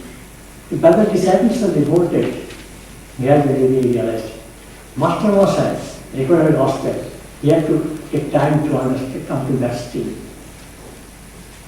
1912, Master Mosai came to Maharaj, Mother came. Two centers, their hospital and Amritasam. Mother reached the hospital, level 1, and said, oh, what a wonderful service my children are doing. Narayan Seva. I could see much is present in the crowd. It's happening for me. Not only that, she sent one 10 rupee note by her appreciation that is still present. If you go there, ask the Swami, and see the same note given by mother. Then said Brahmananda asked Master Moshe, what do you say now? No, I'm sorry, I was wrong.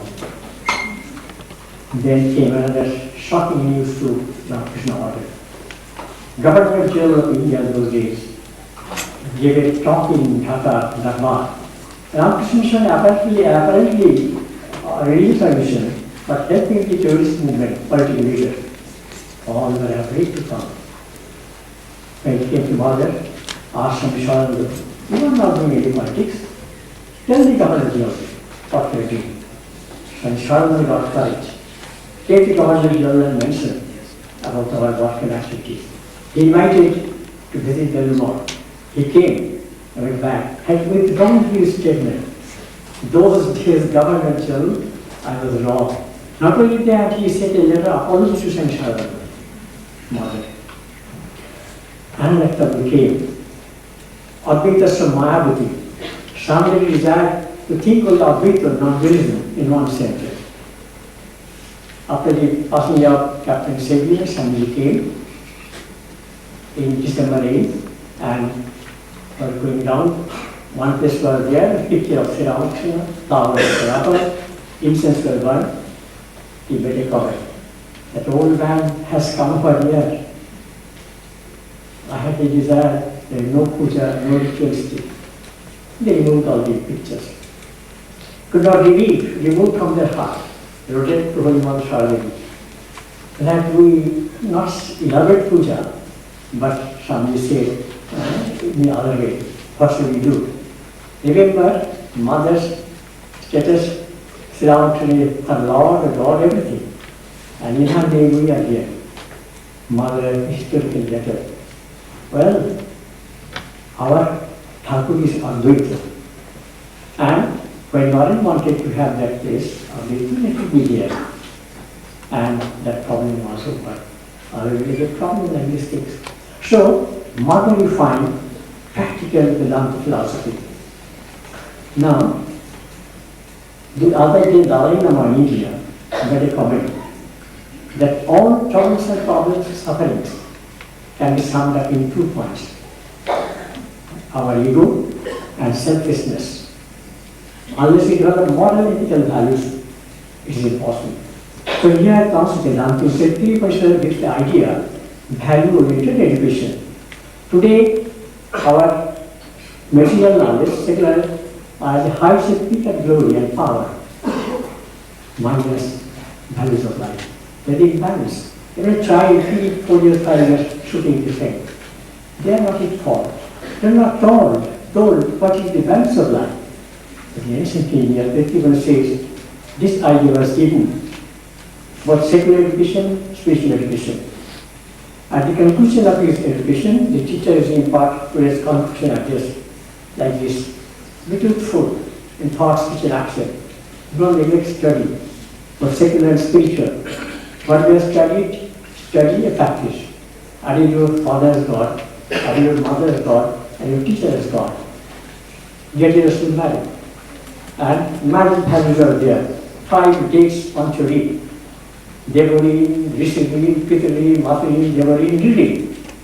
Unless husband and wife go to pray every day, they are supposed to pray, everyone would fire symbolic of God. They are indebted to God, Devori. Rishiri, the sacred scriptures, this is couple, are very indebted. Take care of your father and mother, and hope and feel more important. They could not mercifully destroy the plant kingdom and animal kingdom. And unless you share your fortune with others, you are a thief, Gita says. So they do not discount material prosperity. They got popular administration, manifestation, physical, mental, intellectual, and nature spiritual also. Balance right there. If you read history, you find India had military power, political power, never crossed the border of India. And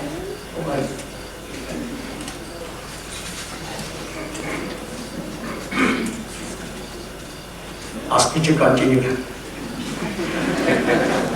Grace period. So, material prosperity we want, not a cost of spiritual value. Here comes Vedanta through Vivekananda. Swami says the day is not far off when science and religion meet, we'll shake hands. We'll shake hands. Rudyard Kipling once mentioned East is East, West is West. But today, the Ramakrishna order, having considered a reach of understanding in the modern and old East and West science and religion. The same thing we hear from scientist Einstein. Religion, the science is blind. Religion, science is blind. Science and religion is blind. Sorry, science with religion is lame. Religion, the science is blind. So we need religion, we science. So not to be afraid of science and technology developing, but to be careful. How to handle it? Power has come, but we control the power. Unless we develop character, moral power, then we are lost. So, no society can exist and progress without fostering morality and values. The reality of God given by science, Vedanta, and dignity of the soul will be the spiritual basis of democracy, social justice, which are the aspirations of modern man. Now, for the last couple of days, we are having this feast, as I told you, have to mention. I will add something more. We have got to recharge our spiritual battery, something needed to reach church. And when we go home, we feel, 500, 600 people were here, so many Swamis were there, everyone in spirit. The last 3 4 days, I was watching the festival of expression of devotee. What a joy, peaceful. And you have forgotten your duty, responsibility, job, family. That is the beauty of retreat. To come here, to go there, and give it a chance. And to remember 2 verses in Vivekananda. Being and becoming. And be and make. Be your character. Make the character and help others to maintain peace. Thank you very much. Swami Chidananda Maharaj on Where are the Vedanta's roots? Swami Tyaganandaji come to us from Ramakrishna Vedanta Society, Boston. Swami Maharaj.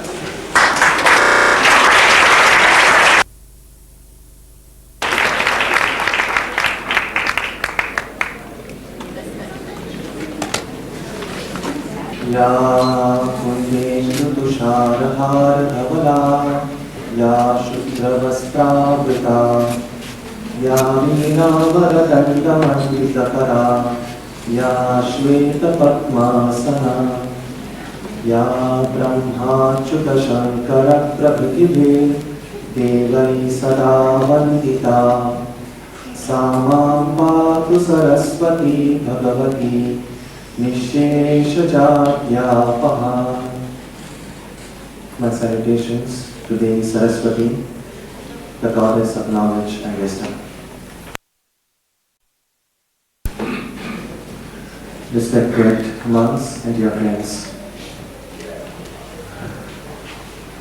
it's a privilege and honor to be a part of this joyous occasion, and I am grateful to Swami Chidananda Maharaj for making all this possible. Sri Ramakrishna used to say that whenever he saw a large number of people gathered together, his spiritual consciousness was aroused.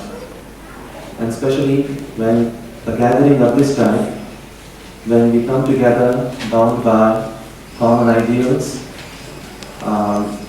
there is the presence of the divine, whether we perceive that presence or not. And it is this divine presence that has been guiding us throughout the proceedings of this very joyful occasion.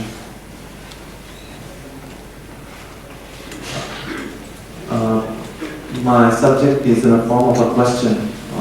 Where are Vedanta's roots? And every question demands an answer. And answers can be either complicated or simple, depending on what kind of answers we want. One of the characteristics of the teachings of Ramakrishna, Holy Mother and Swami Vivekananda is that their answers are very simple. They go straight to the point.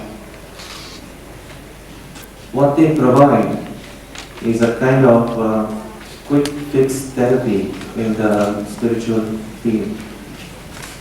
And often you may have heard of one story which illustrates the kind of approach Ramakrishna has. In this story, there was this young man who woke up one fine morning, and when the paper was delivered, he just tore it to pieces.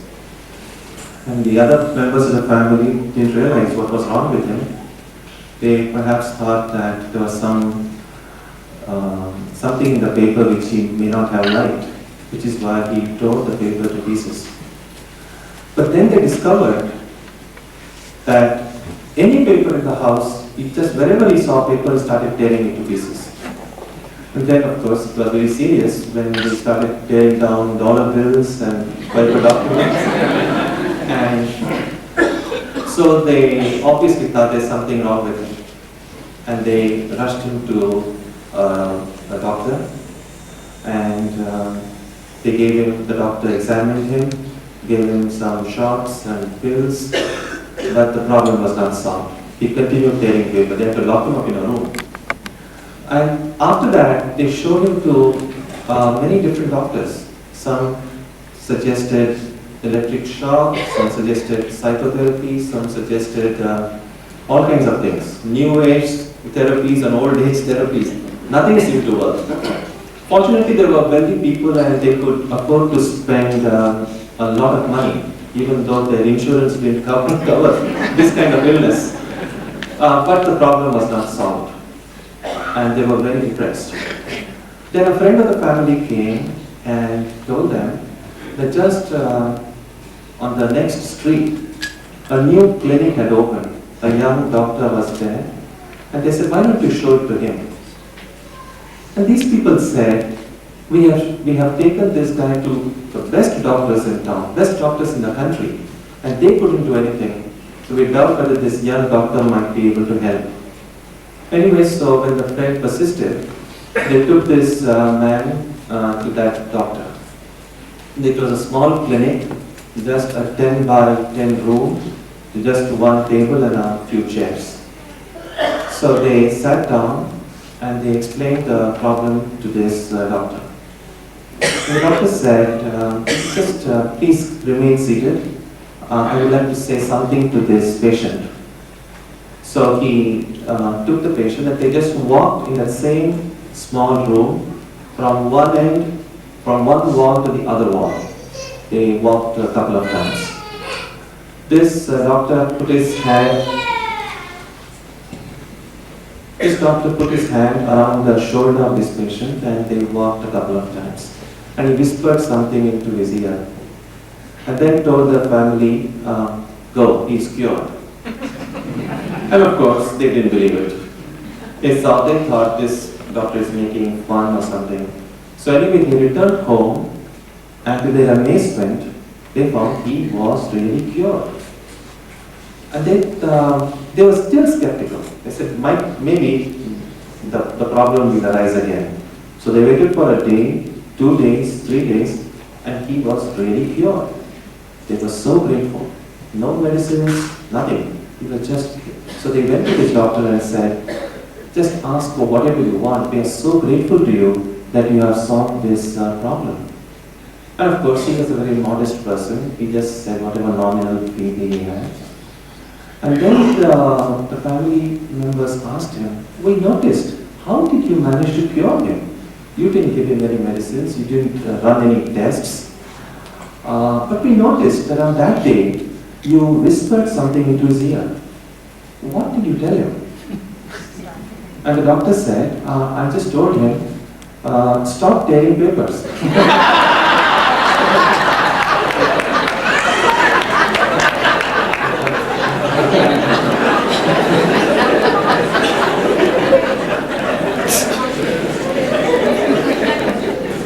Now that is what I mean by a quick fix therapy. To determine what the problem is, go to the root of the problem and solve it. Here was this person, the problem was he was tearing paper. Nobody told him not to do it. They gave him shots, they gave him medicine, they gave him tonics, nothing worked, obviously. So similarly, in Ramakrishna, Holy Mother and Swami, Vivekananda's teachings, they go to the root of the problem. What exactly is the problem with our life? And then we find a direct answer without going into any of these complications. So it is with their insights that I would like to make an attempt to answer this question. Where are Vedanta's roots? When we speak about Vedanta in the third millennium, what is the kind of role Vedanta is going to play? Our answer will depend on what role it has played up to the second millennium. If we see how Vedanta has evolved so far, it might be easier for us to see what direction Vedanta will take in the third millennium. I said something about Vedanta's evolution. Can Vedanta really evolve? And the answer is no. As a definitive statement of the ultimate reality or truth, which has been verified in every generation by enlightened people, Vedanta cannot evolve for the simple reason that truth cannot evolve. Truth is eternal. But our understanding of that truth can change, can evolve. Our understanding of what the word Vedanta means, that understanding can evolve. And I'm using the word evolution in a very general sense, meaning just change. Understood in this sense, we will see that today the word Vedanta means different things to different people. And I think it's important that we pause and take a look at the various meanings of Vedanta. As a philosophy that guides the way of life in the Indian subcontinent, Vedanta's best expression is found in the set of books called the Upanishads, which are a part of the Vedas, the principal scriptures of the Hindus. Since the Upanishads usually come towards the end of the Vedas, Anta, the Sanskrit word Anta, means end. So the Upanishads come towards the end of the Vedas, and they are also said to constitute the essence of the Vedas. So the word Anta also is represented by the Sanskrit word by essence. The essence also means as Anta in Sanskrit. So for both these reasons, another name for the Upanishads is Vedanta. So Vedanta and Upanishads are synonymous. In reality, however, neither the Vedas nor the Upanishads are books. As Swami Vivekananda explained, by the Vedas, no books are meant. They mean the accumulated treasury of spiritual laws discovered by different persons in different times. The Vedic wisdom was passed on orally from generation to generation, long before it was put into writing. Etymologically, the word Upanishad is derived by adding the prefixes upa and ni to the Sanskrit root sat, meaning to destroy, to reach, or to loosen. The word Upanishad therefore means the knowledge that destroys our ignorance, or the knowledge that leads us to the ultimate reality, or the knowledge that loosens the hold that existential sorrows have upon us. Since books contain the words that can produce this knowledge, Upanishads or Vedanta are books, but only in a secondary sense. As Swami Ramakrishna pointed out earlier, the word Hindu occurs nowhere in the classical scriptures of Hinduism. The ancestors of the present-day Hindus did not identify themselves as Hindus. The word Hindu originated with Persians. They used the word Hindu to refer to the people who lived on the other side of the river Sindhu, but they pronounced the letter S as H. And that is how the people who lived on the bank of the river Sindhu became known as Hindus. When the British colonized the territory, the H disappeared, the river became Indus, and the people became Indians. When Western scholars and Christian missionaries arrived on the scene, the Hindus found their faith tradition Islamized, so to say. That is how the name became Hinduism. Not a very pleasant name, considering that the suffix ism is used for any number of things. There is communism, socialism, and then Hinduism. Anyway, although there is nothing wrong in letting this name continue, it is good to know the history behind the word. Swami Vivekananda said that an accurate name for the faith would be Vaidika Dharma, or for the people, Vaidikas, the followers of the Vedas, or better still, Vedantists, the followers of Vedanta. Among the things that are common to the different traditions that have evolved within Hinduism, the first and foremost is their allegiance to the Vedas. If a tradition doesn't accept the authority of the Vedas, it is no more considered a Hindu tradition. Which is why, in the Indian context, Hinduism and Vedanta are synonymous. These two words refer to one and the same faith tradition. Although it must be granted that most Indians who are raised in the religion of the Vedas would identify themselves as Hindus rather than as Vedantists. The reason for this is simple. In contemporary discourse and literature, the words Hindu and Hinduism have been used more frequently than the word Vedantists and Vedanta. They have therefore become a part of popular vocabulary. It is with the word Hinduism that several generations of Hindus have identified themselves. If we overlook the origin of the word Hinduism, and if we ignore the real meaning of Vedanta, it becomes easy to categorize and thus limit Vedanta as only one of the several schools within the Hindu tradition. So it is not unusual to speak of, for instance, the Vaishnava tradition, the Shaiva tradition, the Tantric tradition, and in the same breath, the Vedantic tradition. If the classification is based on the object of worship, then Vaishnavas can be defined as those who worship Vishnu Narayana, or more popularly Rama or Krishna. Shaivas are those whose principal god name is Shiva. In the Shakta and Tantric tradition, the central position is occupied by the goddess as the mother, by Kali or Durga. Following the same line of thought, the Vedanta tradition is defined as one which has as its ideal the impersonal supreme being called Paramatman or Brahman. Although the Vedas continue to be the fundamental scripture of all these traditions, each tradition has also its own set of books. Vaishnava literature includes the Bhagavata, the Vishnu Purana, and the great epics, the Itihasas, like the Ramayana and the Mahabharata. The Shaivas have their Agamas, and the Shaktas have the Devi Bhagavata and the Chandi. The Tantras have their own literature. Vedanta is associated with the Upanishads.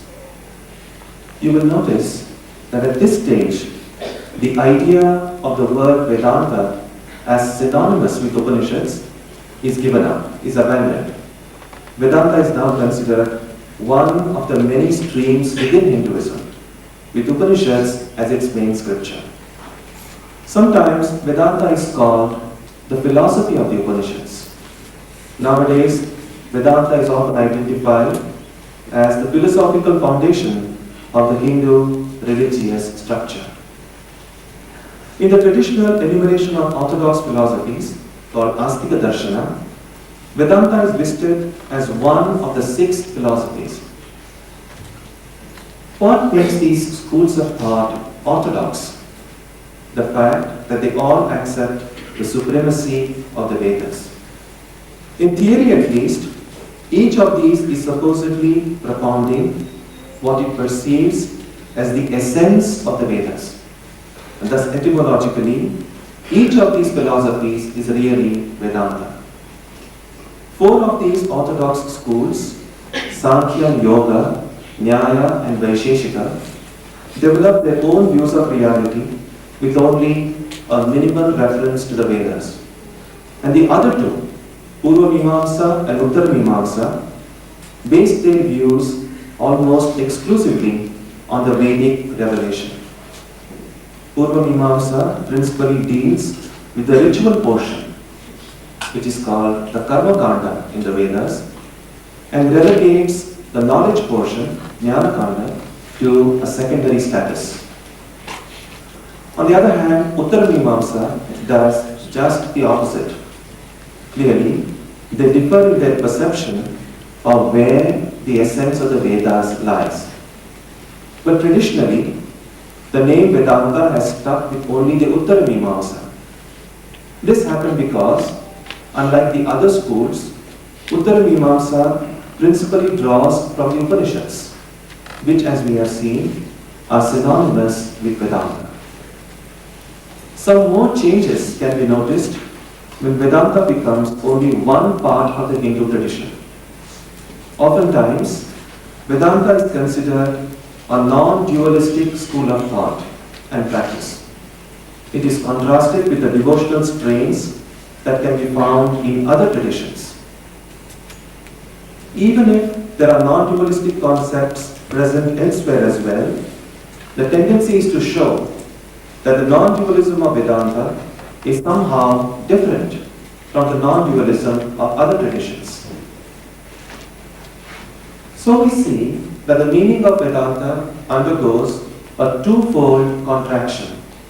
First, from being an accurate and preferred alternative to the word Hinduism, and thus being synonymous with the way of life that is learned and practiced since Vedic times, Vedanta becomes merely one of the many traditions within Hinduism. The second contraction in its meaning takes place when Vedanta gets identified with only the non-dualistic approach to reality. Much of the contemporary literature dealing with Hinduism looks upon Vedanta as a part rather than as a whole of Hindu thought. In the biographies of Sri Ramakrishna, for instance, it is common to find his various religious practices being labeled as Vaishnava sadhana, Tantra sadhana, Vedanta sadhana, besides of course is Christian sadhana and Islam sadhana. Sri Ramakrishna's words often reflect the popular but narrowed down use of the word Vedanta. Consider this example from his conversations. Sri Ramakrishna says, there are two schools of thought, the Vedanta and the Purana. According to the Vedanta, this world is a framework of illusion. That is to say, it is all illusory, like a dream. But according to the Purana, the books of devotion, God himself has become the 24 cosmic principles. Interestingly, in the Gospel of Ramakrishna itself, the conversation he had with two monks, we find both the meanings of Vedanta expressed. When asked to share his thoughts on Vedanta, a monk tells Ramakrishna, it includes all the 6 systems of philosophy. Sri Ramakrishna then says, but the essence of Vedanta is Brahman alone is real and the world illusory. I have no separate existence, I am that Brahman alone. In this piece of conversation, we see the tension that exists between the original and the popular usages of the word. In Swami Vivekananda's works, we find the word Vedanta appear again and again and again. What is interesting is that we find him using the word with all its different shades of meaning. He often identifies the word with what is popularly called Hinduism. At times, he also uses it as a synonym of the Upanishads. Mostly by Vedanta, he means the philosophy of the Vedas in general and the Upanishads in particular. But when Vivekananda uses the word Vedanta in a global context, he means by it neither the Vedic religion, nor its philosophy, nor even the Upanishads. In a master stroke, he lifts the word above its cultural, historical, and religious contexts and uses it to mean the basis of a religious quest. We have seen that etymologically the word Vedanta means the end or the essence of the Vedas. If we push this etymological inquiry further, we get the meaning, the end or essence of knowledge. Veda, the real meaning of the word Veda is knowledge, and Anta is essence. So Vedanta really means the essence of knowledge. Whenever Vivekananda refers to the influence of Vedanta outside the geographical boundaries of India, he always means the principle, the background, the foundation on which Hinduism is built. What Swami Vivekananda seeks to show is that the foundation of every wisdom tradition is not really different. Traditions differ among themselves only in secondary details, such as doctrines or dogmas, these are his own words, doctrines or dogmas or rituals or books or temples or forms. The essence is the same. Vivekananda calls this essence by the name Vedanta. But any other name would be just as fine. It's not the name that is important, but the idea. It is vital that we remember this. if we don't remember this, it would be easy to dismiss Vedanta's claim to universality as an attempt at hegemony or a dangerous inclusivism that seeks to subsume and metaphorically diminish or destroy other religious traditions. What are the characteristics of this universal Vedanta, the basis of religious quest? It is convenient to begin by saying what Vedanta is not before saying what it is. In his part-rating lecture titled, "Is Vedanta the Future Religion?" Swami Vivekananda points out that Vedanta has none of the traditional characteristics of religion. Vedanta has no book, no special allegiance to any person, and no personal God. This, of course, sounds like an outrageous claim. If Vedanta has no books, what about the Upanishads? What about the Vedas? If Vedanta has no allegiance to any person, what about all these Vedic rishis, sages, and the acharyas? And of course, it cannot be denied that the ideas of personal God can be found in Vedantic texts. Clearly, we are speaking of a different kind of Vedanta here, or at least it is the Vedanta that is far removed from our general understanding of it. So what does Swamiji mean by saying that Vedanta has no book, no person, and no personal God? My guess is that Swamiji wants to remind us that none of these, book, person, or personal God, are intrinsic to Vedanta. Vedanta has a place in it for all of them. In fact, infinite place for infinite personages and all these. But Vedanta doesn't depend on any of these. It can stand without using any of these as a prop. What does Vedanta depend on then? It depends on the reality of the existence of every one of us. In Sanskrit, the word for existence is Sat. The existence of everything or everyone apart from me can be questioned, can be doubted, but not my own existence. Vedanta lights the path of self-inquiry, urging the individual to ask basic questions like, who am I? Who is it that really exists? What is the purpose of my existence? As we can see, these questions are common to all of us, no matter what our religious, cultural, or racial backgrounds are. Religions of the world try to answer these questions with the help of books, persons, or ideas of the divine or the transcendent. But the resolution always comes in the form of a very personal, direct experience. It is our own experience that finally settles the issue, not just books and such secondary details. So what does Vivekananda mean by the word Vedanta? He means, in this context, whenever he refers to the word Vedanta, he means a religion with a capital R. As he once said, this religion is one eternal religion.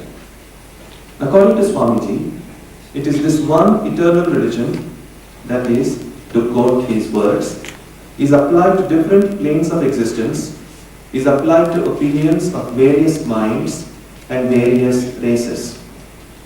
There never was my religion or yours, my national religion or your national religion. There is only the one. One infinite religion existed all through eternity and will ever exist. And this religion is expressing itself in various countries in various ways. The name he gave this one infinite religion is Vedanta. As I said, the name is not important. We can just call it by any name. But it's vital to remember what he meant when he used the word Vedanta in a global context. And we have seen that Vedanta translates simply as the essence of knowledge. The knowledge of the mystery of existence, our own and of the world around us. Understood thus, Vedanta becomes a quest that cannot be fenced within the boundaries defined by religion, culture, race, or nationality. The essence of every religion, of every culture, of every racial and national trait can be employed to uplift oneself by oneself, as the Gita says, but the quest itself need not be defined in any of these traits. When the spiritual inquiry gets associated with a specific set of books, rituals, cultural practices and traditions, it becomes a religion with a small r.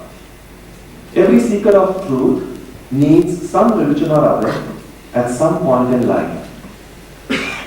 So long as my religion does not inhibit me or isolate me from the positive influence of other religions, being a part of a religious tradition is not only helpful but also essential. It acts like a fence that protects a growing plant. Once the plant grows into a mighty tree, the fence may no longer be necessary. In the same way, the seeker of truth outgrows the necessity of remaining confined within the limits of a religious tradition and transcends it. This need not necessarily mean severing any connection or allegiance to it. It is an inner movement that uplifts the individual and brings about a state of transcendence. This then is the ultimate meaning of Vedanta, and it has global relevance because it addresses our concerns as human beings beyond the religious, racial, and national barriers.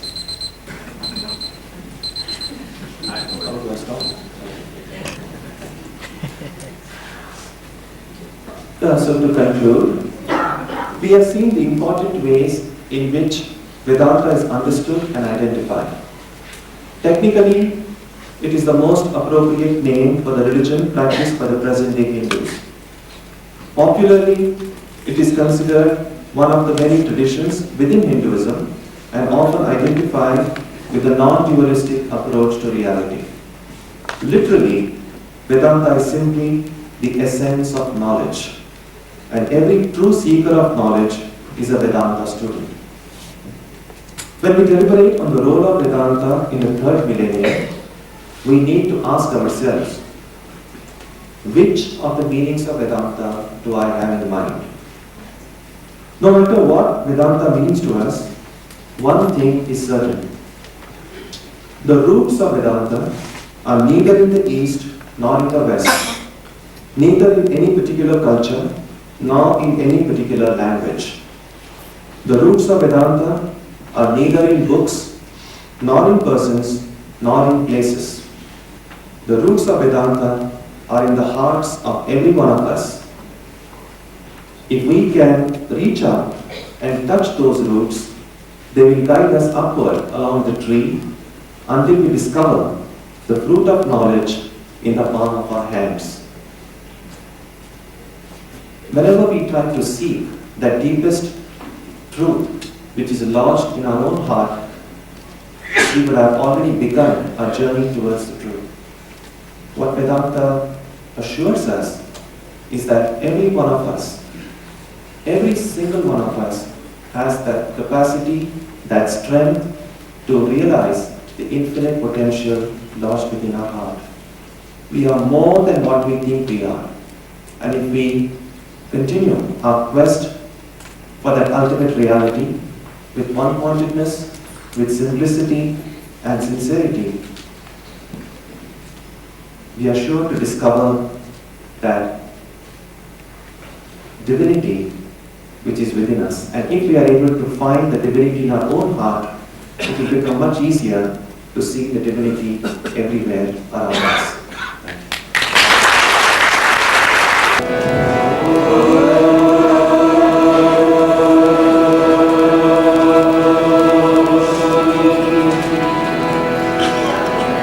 Oh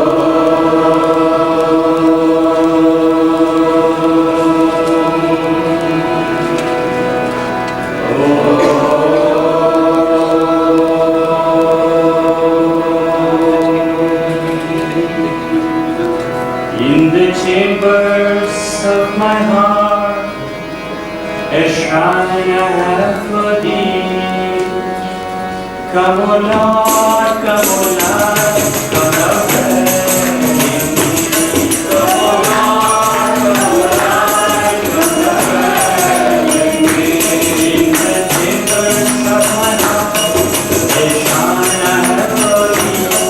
The chambers of my heart, a shrine I have for thee. Come, O Lord, come, O Lord, come thou dwell in me. Come, O Lord, come, O Lord, come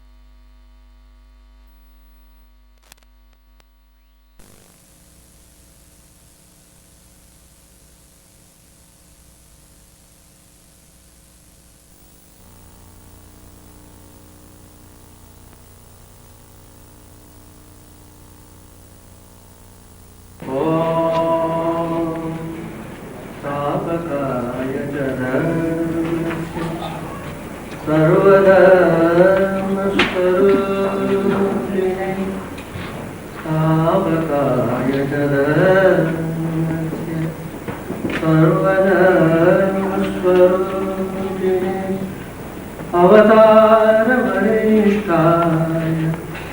रामकृष्णाय ते नमः।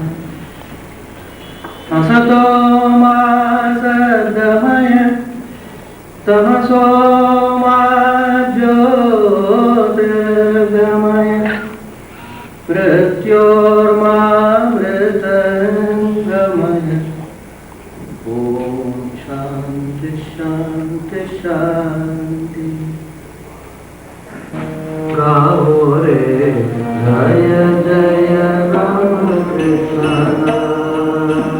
गाओ रे जय जय रामकृष्ण गाओ रे जय जय Ramakrishna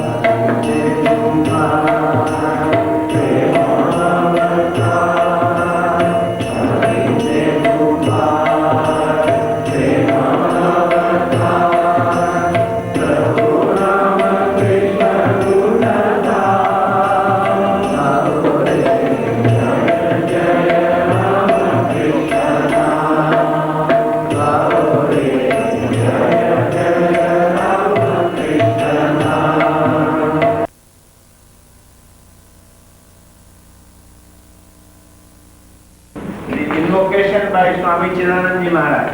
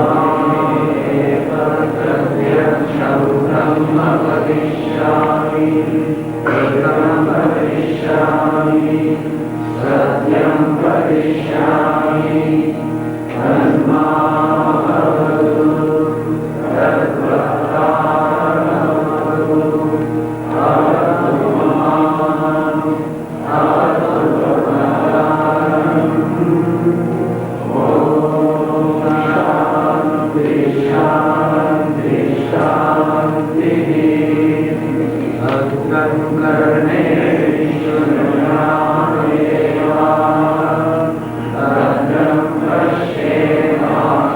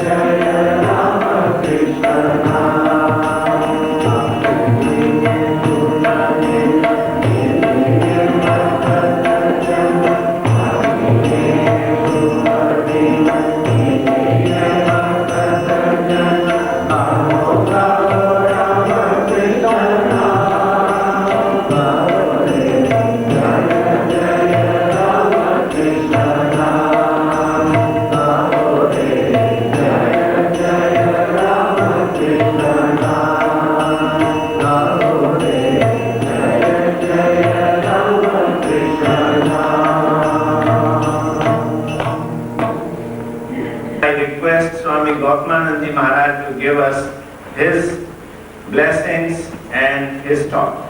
Swami Maharaj.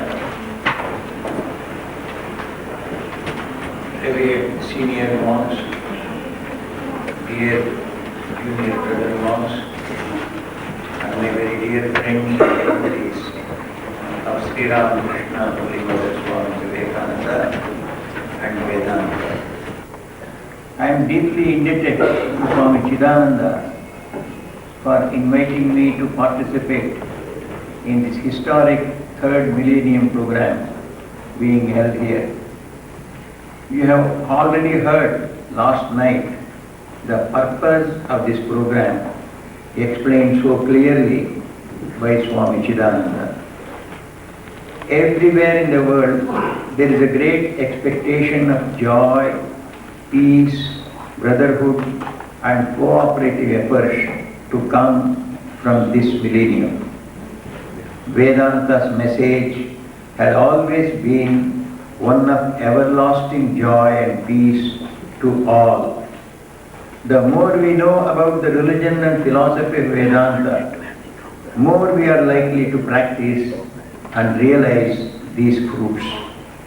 It is to highlight the glory of Vedanta, its practicality and its capacity to make men and women everywhere better and better so as to enjoy lasting peace, joy, freedom and fearlessness in their personal and collective life that this Millennium program has been arranged. You will be hearing from various wise and learned monks that are assembled here the different facets and applications of Vedanta to our life. My subject today is Vedanta and the Ramakrishna mission. Let me explain both these terms Vedanta and Ramakrishna mission in my own simple way. Vedanta is the supreme knowledge of the divinity in each individual self of man and its oneness with the Supreme Self and the steps to attain this illumination. Ramakrishna, who lived between 1836 and 86, is the latest and in some respects the greatest teacher of Vedanta, who by his unprecedented spiritual practices has authenticated the supreme truths of Vedanta. He also, through his able disciples, set in motion a movement to carry his experiences and teachings to the doors of everyone. It is this Vedantic movement that is called by the name mission or Ramakrishna mission. Ramakrishna mission, it is very important, it is a very popular term in India, but here it may not mean much, therefore I have to explain. The mission means the Vedantic movement that has been started by Sri Ramakrishna and Swami Vivekananda. Therefore, our subject matter for discussion boils down to the essentials of Vedanta as taught by Sri Ramakrishna and Vivekananda. Second, the nature and purpose of this Vedantic movement. Third, its prospects for the future. It will be very concise, it cannot be detailed, so we should try how much we can dilate on this points. Swami Vivekananda has pointed out that all living nations I underline, are living because they are contributing something to the world culture, either physically, mentally, aesthetically or spiritually. Those that have stopped this contribution have died out, like the examples of Greece, Rome, etc. India's contribution to the world culture from the time of Buddha and Alexander, that is 6th century BC onwards, has been mainly spirituality, that is Vedanta and the various methods to realize it. This she has been doing down the centuries whenever she got the proper communication network. There has been a continuous living tradition of Vedanta from the Vedic rishis through Buddha, Chaitanya, Nanak, Kabir, the three great acharyas, the number of saints, and the latest, and in some respects the greatest, as I have already told you, is the prophet of Vedanta, Sri Ramakrishna. Naturally, the message of Vedanta, fresh in its vigor, refreshing in its message of strength, freedom and joy to everyone, everywhere, irrespective of the race, religion or gender, is flowing into all lands on earth. Ramakrishna Vedanta movement, generally called as Ramakrishna Mission, is the manifest symbol of this movement. The question arises, is there the need of Vedanta now? We know from history, especially Western history, that Industrial Revolution brought a great revolution in every aspect of human life in the Western world, and it touched the Eastern world also. Science developed very quickly. Newton and Darwin and Freud, etc., their theories shattered many of the dogmas of the theologians of creation in 6 days, or sun moving around the earth, or man being born as a sinner, woman being born as an inferior to man, so chosen people, and all sorts of dogmas which were prevailing for centuries. They were shattered to pieces, perhaps never more to return. So this science, when it threw away all these dogmas, the theologians and the conservatives of churches, they got scared and they took up cudgels against science. There was a regular war down the centuries between science and spirituality, science and religion. So in this frenzy of throwing away the dogmas and superstitions of religion, the science threw away the nuggets of truth, real truths that were there in the religion, like the divine origin of the universe. This whole universe has come out from the divine principle. This is the truth that is there in Vedanta, that was there in all the religions. Even this was also thrown away. Divine origin of man. Man is divine. This principle was there in the religions here. That was also thrown away. See, when we become angry with persons, we see only the bad in them. There is good in everyone. So when we become angry, we throw away the man along with his bad qualities, his good qualities also. That happened in the case of religion here. So the divine origin of man was also denied by science. Divine unity of existence. Whole universe is divine, which is the message of Vedanta, which was there in the religions in the West, that was also thrown away. And the infinite joy and strength in divine life that had been manifested in hundreds and hundreds of mystics' life, that was also denied. With the result, materialism and material enjoyment, sensual enjoyments became the goal of human life. The modern man thought that everything is material alone. The success of life is in having as many materials as possible, as much material enjoyment as possible. Even today, the self-conscious divine self of man is only a myth to the material scientists. Materialism, consumerism and selfishness at individual and national levels, this is the result of this material thinking.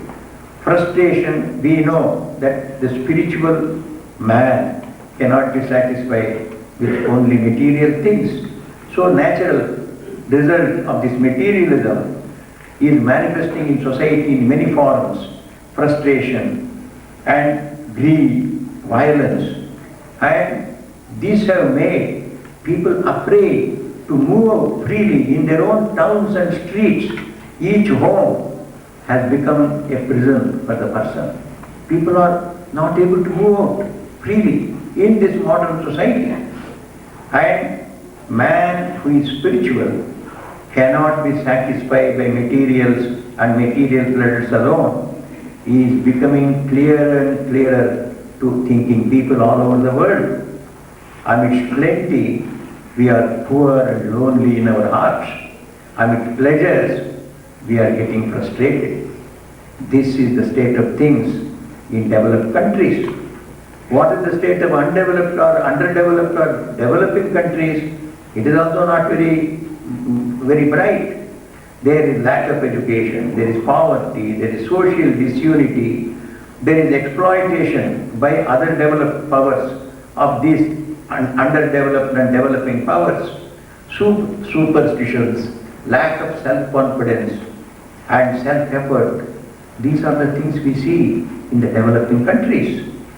Always there is the fear of conflicts when humanity is divided into these two groups of developed and undeveloped groups. Swami Vivekananda started this Ramakrishna mission or the Ramakrishna Vedanta movement to set right the deficiencies in both the developed societies and in the developing societies. Swami Vivekananda preached Vedanta as a science of spirituality. He had learned this from Sri Ramakrishna, who had experienced. It was not a mere intellectual understanding. It was an experience in his life that God, or what we call ultimate reality, is of the nature of infinite consciousness, infinite existence, infinite bliss.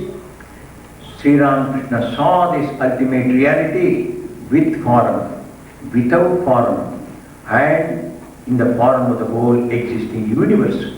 To him, God was not living only when he closed his eyes. God was living in every being in front of his eyes. This was Sri Ramakrishna's experience, which Swami Vivekananda learned directly from him.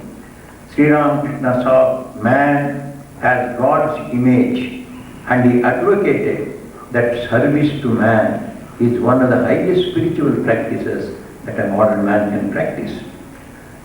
Sri Ramakrishna saw man and woman as equals for highest spiritual goal. He opened the highest portals of spirituality to men and women. So when once this highest portals of spirituality is opened, all other portals for economic, for social, for political, for educational supremacy is opened already. They are all the lower ones. The highest portal was opened by Sri Ramakrishna. He considered women equally capable of achieving the highest. He also saw all religions, the religions, major religions, Christianity, Mohammedanism, Buddhism, Zoroastrianism, Hinduism, all these religions as pathways to one God. Therefore, harmony of religions became the hallmark of the Vedanta he preached. Monks and lay disciples both can equally attain to this highest spiritual knowledge that they are divine and they are one with the Supreme Divine. Sri Ramakrishna did not simply preach this, he made hundreds and hundreds of lay people, leave alone the monks like Swami Vivekananda, Swami Brahmananda and others. Hundreds and hundreds of men and women living a lay life as living laymen, as lay devotees, they realize the highest truth. We read the life of Sri Ramakrishna, where people like Master Mahashaya, Mahendranath Gupta, he was a householder, he was a professor in a college. He attained the high flights of spirituality. Now Gopal Ghosh, an ordinary businessman, his wife an ordinary housewife. All these cases Sri Ramakrishna proved by his own life and through his disciples that spiritual life is possible for every one of us, whether we are monks or nuns or householders, whether we are men or women, whether young or old, whether we are educated or uneducated. Sri Ramakrishna took up the case of the worst people also. There is no one who is worst in the eyes of God. He took up the case, one of the worst men we can imagine in Girish Chandra Ghosh. He raised this person to the highest state of spirituality and showed us the example that condemn none. In everyone, this spirituality is hidden and possibility is always there. Whom we consider as worst today, there is a possibility of his becoming the best, provided he gets the light from the proper man. And this is the light that Vedanta has to carry to everyone. So Sri Ramakrishna advocated an easy path, cutting across all names of religions. He said the fundamentals of real religion is to become spiritual. We must feel we are divine. We must feel we are one with God. We must feel one with God's children, God's creation. How to attain this one? He gave us perhaps the simplest way, simplest values to be practiced. Religion is disciplining of our life, transforming of our life through practice of these values of life. Sri Ramakrishna was the person who said, if you speak truth, you are sitting on the lap of God. That very moment you start becoming spiritual. He said, truth is the austerity, highest austerity for this age. Let us be truthful and honest and straightforward and guileless. This is a great spiritual austerity which will take us to God, to the highest illumination according to Sri Ramakrishna. Second, he said, the spiritual quality which will take us to God is self-control. Control your own senses so that the policeman need not come and control. Democracy rests on the self-control of people. We say democracy rests on education. The education in turn must give us the self-control. We must control ourselves. We must be good ourselves. Then the police don't have to come to us. Less the police, better the state. More the police, lesser is the effective state. So Sri Ramakrishna was the person who said, bring self-control into your life. Control your senses. He never preached, everybody must become a monk. Never. When householders went to him also, he said, why? You are perfectly all right as a householder. You will be able to realize the highest, but bring in control in your life. Don't give yourself away and become slaves of senses. Hold your senses in control and live the life of a householder. You will advance, you will attain the highest. And he advocated unselfish actions. Actions we cannot avoid. The activities we cannot avoid, especially in the developed countries. I see tremendous activities going on from morning till evening. Only if they could be made to an extent unselfish, to an extent dedicated as service to God, West would be one of the most spiritual countries. It would produce perhaps Christ and Vivekananda as Swami used to say, in millions. He said, we had rishis in hundreds in the past. We will have them in millions in future. So millions can come out of your activities if unselfishness and dedication to God comes into our activities. Sri Ramakrishna said, this is the third great quality, discipline that has come into our life as a spiritual sadhana, spiritual practice.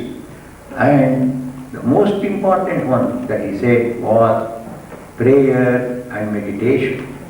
Prayer and meditation need not scare us, because through prayer and meditation, as Dr. Bhatnagar has already suggested, prayer is to remember our own divinity and our divine oneness with the Supreme Divinity.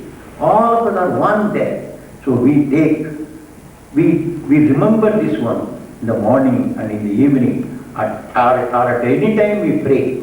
This prayer is nothing but remembrance of our divinity, of everyone, divine oneness of all of us in the Supreme Divinity. So this these four great principles he advocated as the core of all religion. Whether you call ourselves Christians or Muslims or Hindus or Buddhists, these basic qualities, basic disciplines are there inside me.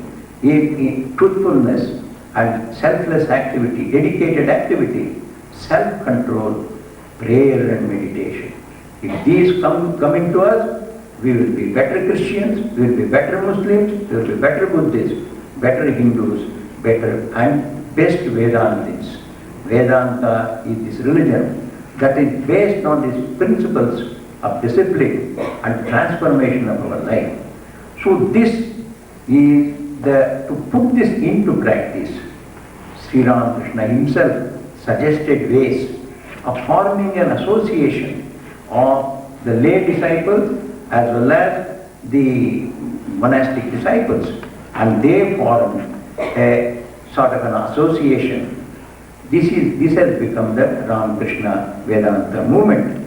In India, this Ramakrishna Vedanta movement or the Ramakrishna mission has become a leading force of all progressive spiritual and social movements.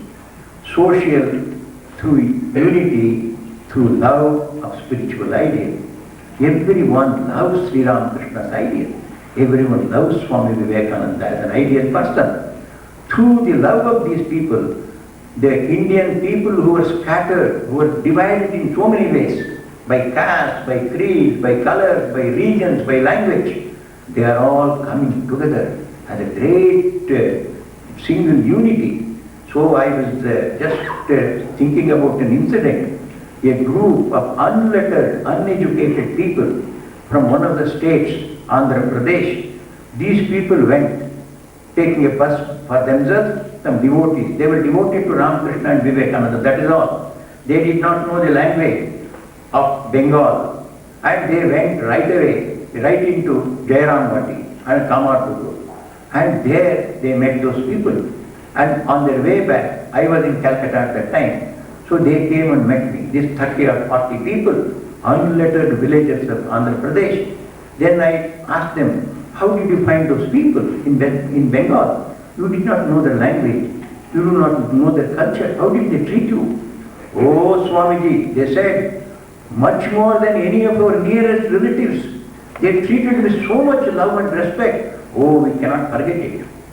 Immediately I was moved, I asked them another question. Suppose those people from Bengal go to your village, what will you do? We will entertain them in a better way than what they have done. These unlettered, uneducated people of one group getting amalgamated with another group through the love of Sri Ramakrishna and Vivekananda. This example has always inspired me. The real point of unity now lies in the spiritual unity. And Sri Ramakrishna and Vivekananda represent the spirituality. In infinite measure, we must go to them and become one. The way we have assembled here, from ends of the earth, so many people, so many languages, so many cultures, so many colors, we are all one here. In the name of whom? Not in the name of any democracy, republicanism, or this or that, or this federal unit or that federal unit. In the name of spiritual personalities like Sri Ramakrishna, Vivekananda and Vedanta. I have always been convinced that the unity of not only the developing countries like India, but the developed countries of the Western world, we are all going to unite in a real way.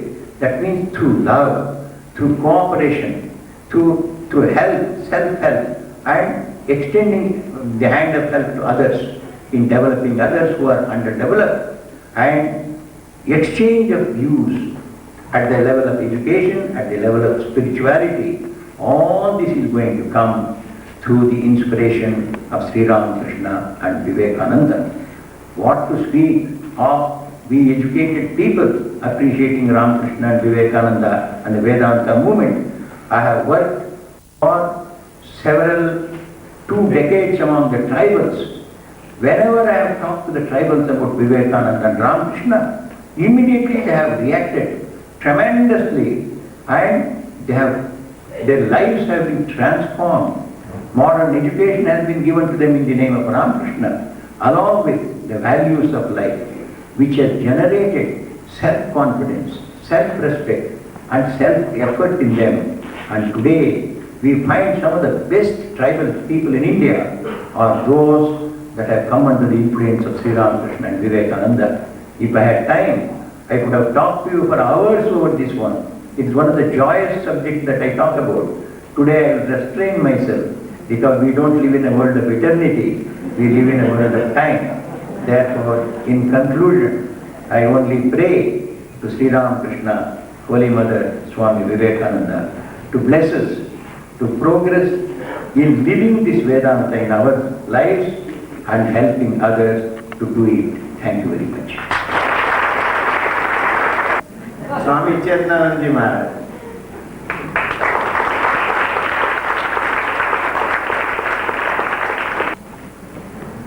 Respected Swamis and devotees,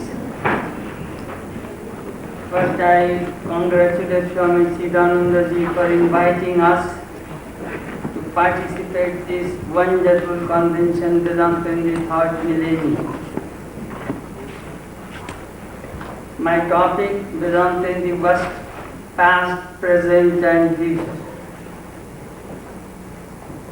Sometimes people do not speak about Vedanta properly. Quite often we get telephone call, is it Vedanta Society? Vedanta is very simple. One of the greatest teachers of Vedanta said, what has been enumerated in millions of books, I shall tell you is half a verse. Brahman alone is real, this world is apparent, and each human being is Brahman. Sometimes this word is very much misunderstood in Vedanta. We say Jagat Mitha. I shall try to tell you two words, Asat Mitha. Asat means non-existence, but it cannot be seen. Mitha means unreal, but it can be seen. Asat like son of a barren woman or horn of the hare. Mitha means mirage. It can be seen, but not real. That is the way Vedanta explains this world. It is not real. There are four tenets of Vedanta, which most of the Swamis will perhaps will tell you. The divinity of human beings, the unity of existence, which is the basis of all fundamental ethical code, the oneness of Godness. I remember once I was interviewed in CBS television station. They were asking Swami, is God different from in different religions? I said, when the sun rises, can you say that is a Hindu sun rising, or a Muslim sun, or a Christian sun, or Presbyterian or Buddhist sun, or a Methodist sun? Sun is always one. And next is the harmony of religions, which all Swamis will talk about it. Vedanta is the most ancient religion in the world. It was developed in India by many thousand years ago on the bank of the river, in the cave, in the Himalayas. And these rishis explored the whole spectrum of human life. Who am I? Where do I come from? Where shall I go? The 2 pages of the book of life are missing. We do not know where do we come. We do not know where shall we go. Vedanta will help us to find out those missing pages. I remember my diary says I first came to Ganges 6th August 1972 with Swami Bhajans. Early in the morning we are reciting the lineage of the rishis, how this Vedantic tradition came. First Brahma, he gave this Vedanta to his son Vasishtha. Vasishtha to Shakti, Parashar, Vyasa, Shuka, Gaurapada, Govindapada, Shankar, Then Shankara established 10 monastic orders. We belong one of them. So we have carrying 5,000 years of spiritual tradition. And all the teachers and Sri Ramakrishna, Holy Mother, Swami Vivekananda, and all their spiritual treasures belong to us. Our organization may be the one of the youngest, smallest, poorest organization, but spiritually we are extremely rich. I always remind our devotees, we are very, very proud of our spiritual tradition. Past history of the Vedanta in the world. Vedanta was popularized first in Europe. The German Orientalists, Schopenhauer, Paul Darcy, Max Muller popularized Vedanta. Then it came to America. It was Carlyle who sent a Gita to Emerson. In 1856 he wrote a poem on Brahma. Then Vedanta was picked up by the Concord movement, transcendental movement in Concord. Thoreau, Emerson, Walt Whitman, and then in 1893, Swami Vivekananda came to America and represented Vedanta at the Parliament of Religions in Chicago. That is a history. Now, I remember one of my friends was in sabbatical. He was exploring all these Eastern religions who came in 1960s and 70s and was trying to spread Eastern thoughts in America. I asked, could you find a single organization whose goal is God realization? He said, Swami, put me to trouble.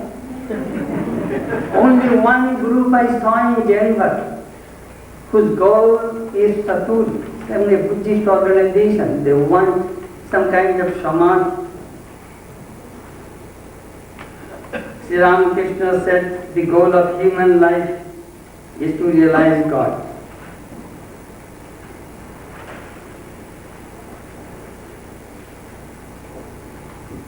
Some devotees and friends complain, Swami, why is not Vedanta popular in this country? Why? There are few things we cannot do, I tell you frankly. My brother Mamsar also will tell you many things to you. From my 30 years experience in America, I tell you, we cannot open a health food store and a restaurant. We cannot start a coffee club under the basement. We cannot sell mantras at discount rate. If you are a senior citizen, if you are a student, if you are a family discount, I know some group sells mantra at the age of $25. We cannot do those things. He told me, Swami, you what are you doing? You are giving Vedanta free. I teach a little Kundalini yoga, I charge $75. I said, Yogi, you are the children of Ramakrishna. Our religion is man-making, not money-making. Who will enjoy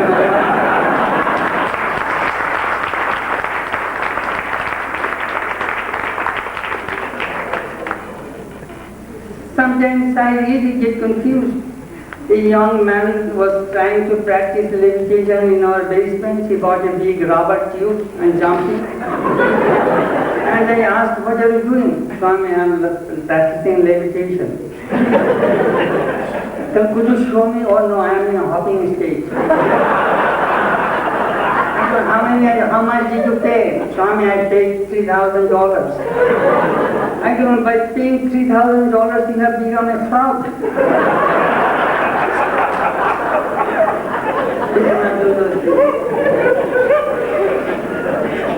Another religious leader was lecturing, all religions are easy to take care of the poor people. Rich people are very much neglected, so I take care of the rich people.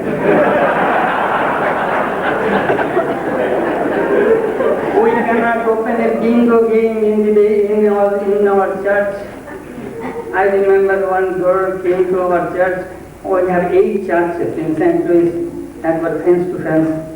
He said, Swami, The other minister after the ceremony hugs and kisses everybody. I don't like a huggy kiss the minister, so I don't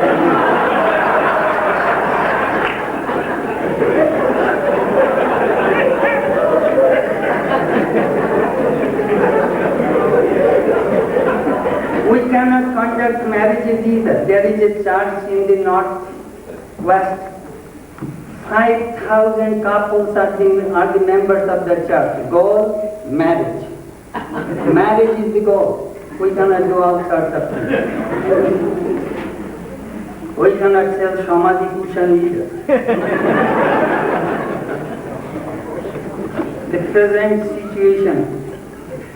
As the ocean waves in a wave form, it rises and falls, so each religious movement moves in that way.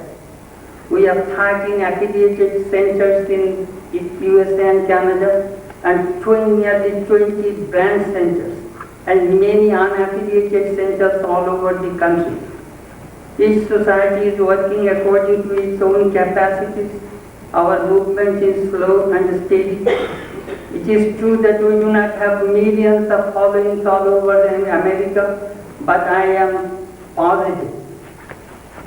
I am really positive that millions of Americans, especially the intellectuals, those who are in the field of religion and philosophy, know Vedanta. Our publication works for us. I remember in 1971 when I first came, the Still Hindu movement was on. Sometimes people would ask, could you give me a book on Vedanta? What book shall we give to a person? I asked all the Swamis. What book will you give a new American? I want a book on Vedanta. Do you know what Vedanta means? Vedanta depends on a tripod. Brahma Sutra, Gita and Upanishad. To a newcomer American it will not work. We used to give Gospel of Ramakrishna. I gave a copy of Gospel of Ramakrishna to an American devotee. She read, Woman and Gold is Maya. She covered the book, wrote in her will that when I shall die, return this book to Swami.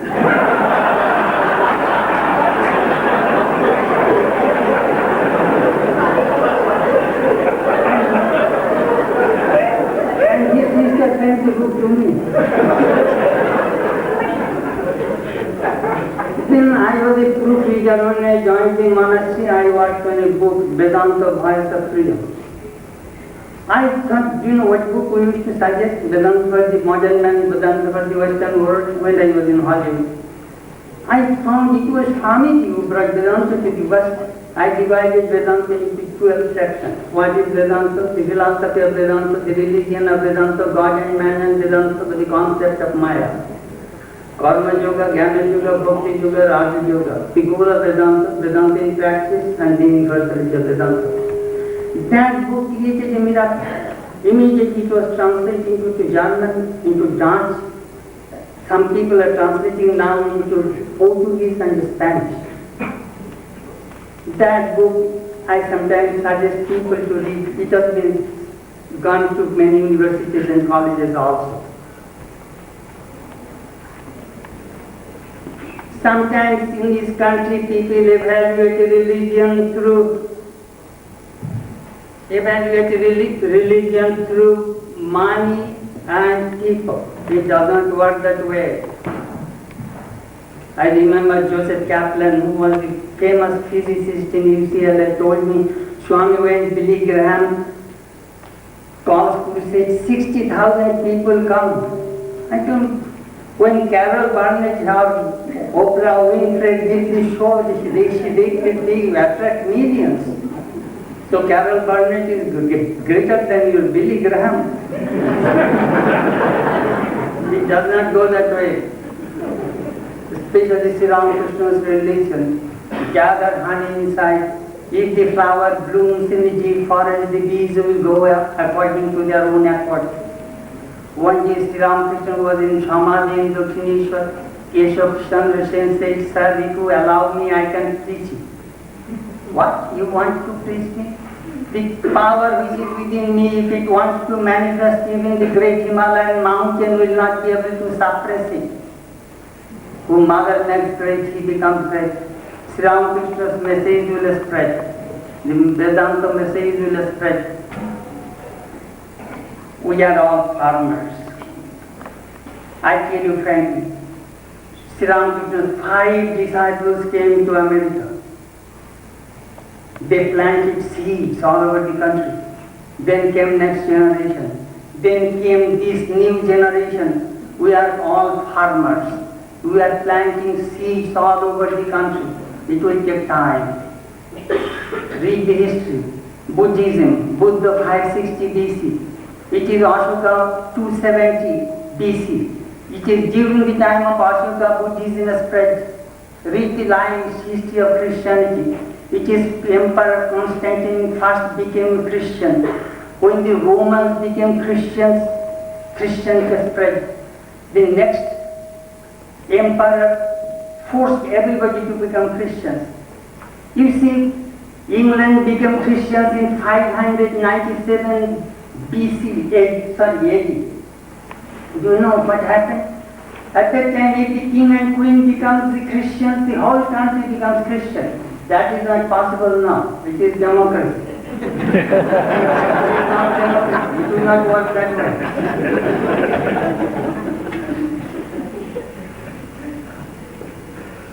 It will take time.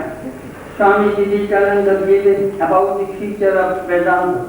Swami Vivekananda gave a lecture in San Francisco on 8 April 1900. Is Vedanta the future religion of the world? If you want to form any kind of religion, you need 3 things. You need a book, you need a prophet, you need a personal God. Vedanta does not depend upon any of these 3 things. Without Bible, without Jesus, without God, there is no Christianity. Without Allah, without Muhammad, without Quran, there is no Islam. Without Buddha, without Tripitaka, there is no Buddhism. But take away Krishna, take away Gita, take away all these books, still there is Vedanta. It is amazing how Vedanta works. I remember once in Santa Barbara, a man came to one of our nuns and asked, who is the prophet of this religious organization? She says, it is a non-profit organization.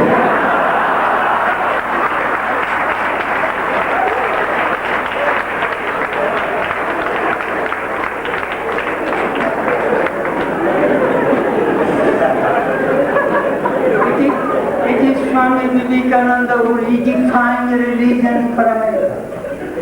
Religion is being and becoming. Religion is realization. Religion is the manifestation of God already in man. The old religion said he was an atheist who did not believe in God. The new religion says he is an atheist who does not believe in himself. He redefined religion. Swamiji is really an amazing person. Somebody asked me, Swami, what is the greatest contribution of Swami Vivekananda in the West? I say Swamiji's 4 yogas. If you read Swamiji's 4 yogas, nobody will be able to cheat you. You know exactly what religion is, what God realization is.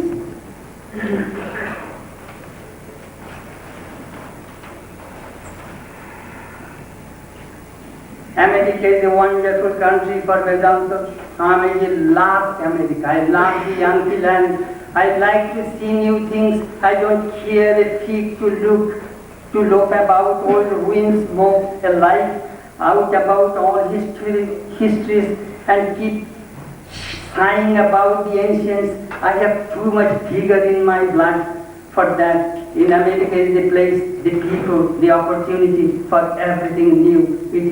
I have become horribly diabolical. Swamiji meant 2 things for America. One thing, do you know why America is the ground, is the best place for Vedanta? American people love 2 things. Freedom, democracy. Vedanta teaches those 2 things. Freedom is the song of the soul. Democracy, each soul is potentially divine. This democratic conception of God is very appealing to the American people. What Vedanta will take shape in the new millennium? Will there be anything change in Vedanta? If it does, it is not Vedanta. Do you know what is the definition of truth according to Vedanta, Trikalo abhadita tattvam nitatam. The thing which never changes in the past, present and future, that is called truth. I remember in 1976 I was in the convention in a Catholic retreat. One Franciscan sister said to me, Swami, due to the pressure of women liberation, we'll have to change the Trinity. God the Mother, God the Daughter, and God the Holy Ghost.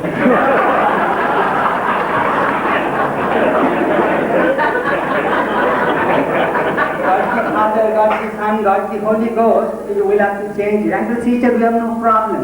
Our God has no sex. Atman is sexless. These things will never change. Bliss is only in the infinite, not in the finite. It will not change. Aham Brahmasmi, I am Brahman, thou art that, these things will not change. Cover everything with God consciousness, this truth will never change. What will change? Look. We are trained from traditional way. We read Shankara's Vedanta. Do you know what did Shankara do? Shankara refuted 72 schools of thoughts and established non-dualistic of Vedanta. I have the list of all 72 schools. What Swami Vivekananda did? He's a genius. He took the quintessence of the Upanishads and gave to the Western people in Western language in scientific way. If you read God in everything, you will find that is the quintessence of Isha Upanishad. If you read immortality, you will see that is the quintessence of the Kata Upanishad. He did not went through this Noyayika logician's process. Swami was really unique in this respect. John Cupid flew roads in the sea of faith. Vivekananda modernized the ancient higher teachings of India and made of them a universal faith. That is something we find. Next, what we find in this new millennium, what is changed? Previously we have three main schools of Vedanta: dualism, non-dualism, qualified non-dualism. It was in Madras, Swami Vivekananda said, these two paths, these two schools are not contradictory, they are complementary. Somebody said, nobody has ever said that. It's because it was waiting for you.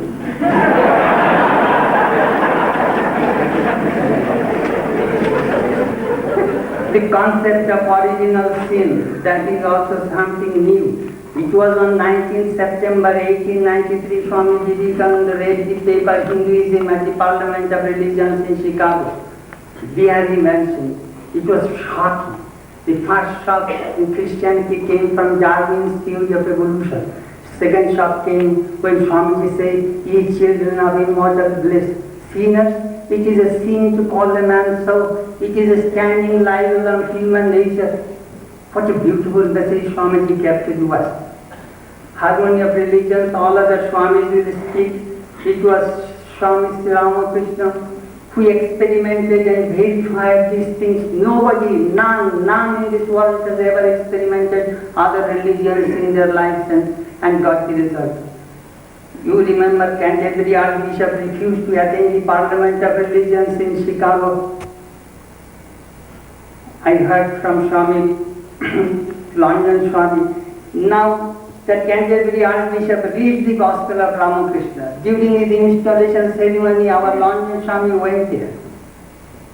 World is changing. Now, most of the cities in the United States and Canada, you will find interfaith clergy council, interfaith group. This is the new thing which came after the advent of Sri Ramakrishna, not before. Not before. There is something new in this new millennium. I was invited to speak about contemporary mysticism in Avila in 1992. I remember. I said, what religion will take the vital role in the 21st century, in this new millennium? Do you know what religion? Mysticism. Sri Ramakrishna said, all jackals howl in the same way. Christian mysticism, Jewish mysticism, Hindu mysticism, Buddhist mysticism, all mystics, They are great lovers of God. There is no fight. There is no quarrel. Religion must go to that direction. Don Cupid also forecast in this 21st century it would be extremely difficult to hold religion through doctrine and dogma. People are questioning. It is not so easy. We have heard enough. We have seen enough. We now want experience. Religion is moving to that direction in this new millennium. What is going on in the name of religion? Every day we open newspapers in Kashmir, in Jerusalem, in Ireland, everywhere there is so much bloodshed in the name of religion. I heard a funny joke that God sent one angel to Ireland. God sent an angel to Ireland. There is a Catholic representative, a Protestant representative, and a Jewish representative. Angel asked the Catholic representative, what is the solution? How can we solve the problem in Ireland? The Catholic father said, all Protestants should be out from Ireland. Then they asked the Protestant representative, what is the solution? All Catholics should be out from Ireland, then there will be solution. Then they asked the Jewish representative. He said, what is your opinion, Rabbi? Just fulfill the wishes of these two gentlemen.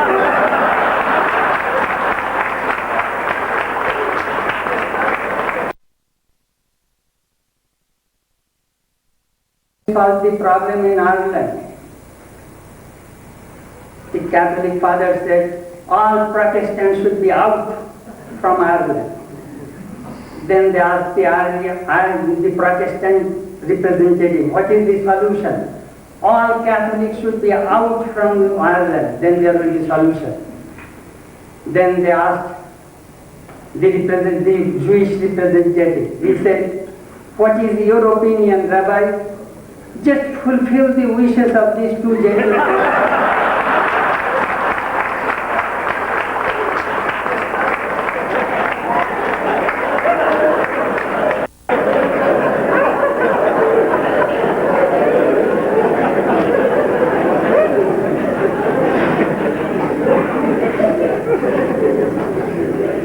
Swami Vivekananda made a forecast. Dualistic religion rules this world. Ideas have ruled the world long enough. Why not make an experiment? It may take ages for the minds to receive monism, but why not begin now? If we have told 20% in our lives, we have done great work. Do you know what will happen? If this non-dualistic religion comes, of course it will take centuries. Do you know what will happen? Tatra ko moha ko ashoka tatra na vidrupshati. There will be no more hatred, no more killing. Whom shall I kill? I am Atman, you are Atman. Atman cannot kill Atman, God cannot kill God. That we need in this new millennium. Then all this narrowness, bigotry, superstition, greed will disappear. I am a very optimistic person. We shall not be hurried. At the same time, we shall not be lazy. If there is any truth in Vedanta, it will spread. On 30th December 1894, in Brooklyn Ethical Society, Swami Vivekananda said, I have a message to the West as Buddha had a message to the East. What is that message? That message is Vedanta. Swamiji said, this momentum will go for 1500 years. On 11 April 1906, Sister Nivedita wrote to Miss Josephine MacLeod, you see, when we who understood Swamiji and remember him are dead, then will come a long period of obscurity and silence for the work that he did. It will seem to be forgotten until suddenly, in 150 or 200 years, it will found to have transformed the West. I believe that Sri Ramakrishna, Swami Vivekananda and Sri Ramakrishna's blessings will be on us and the Vedanta will spread. Thank you. Now we go to another great talk by Swami Atmarupanandaji Maharaj, who belongs to Ganges proper. Swamiji, please.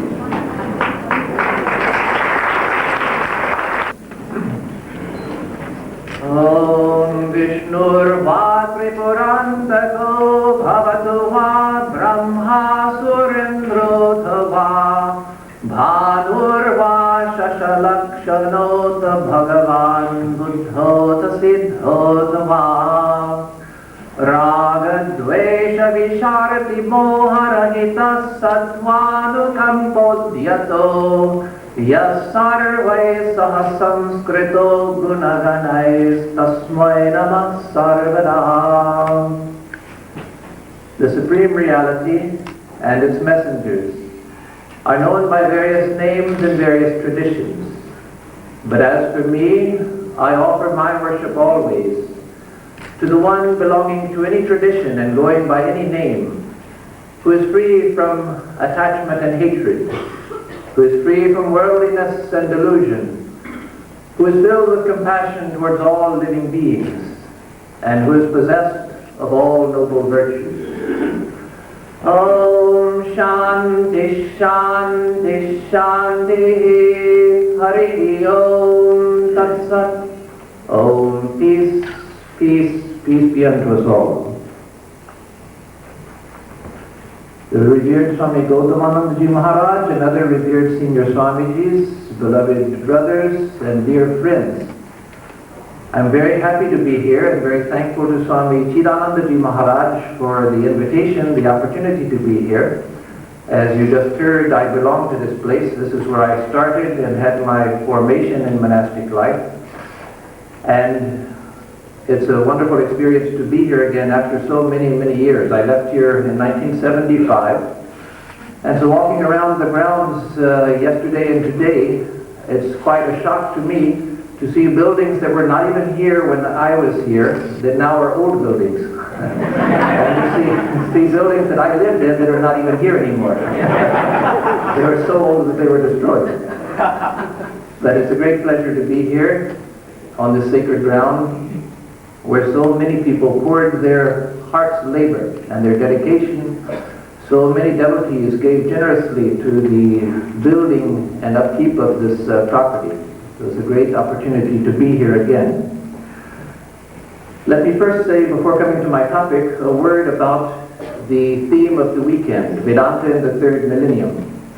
My own belief, and I'm sure the belief of many, is that the third millennium belongs in a special way to Sri Ramakrishna.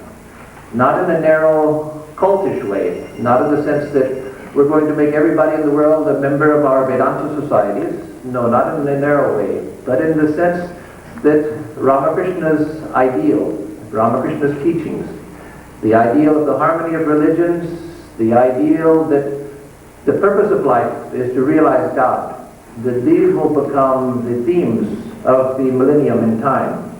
And as you just heard from Swami Chidananda Maharaj's beautiful talk, every great religious movement has started out slowly. So we need not worry over the fact that we don't have huge numbers of people coming. In fact, that's in one sense a good sign.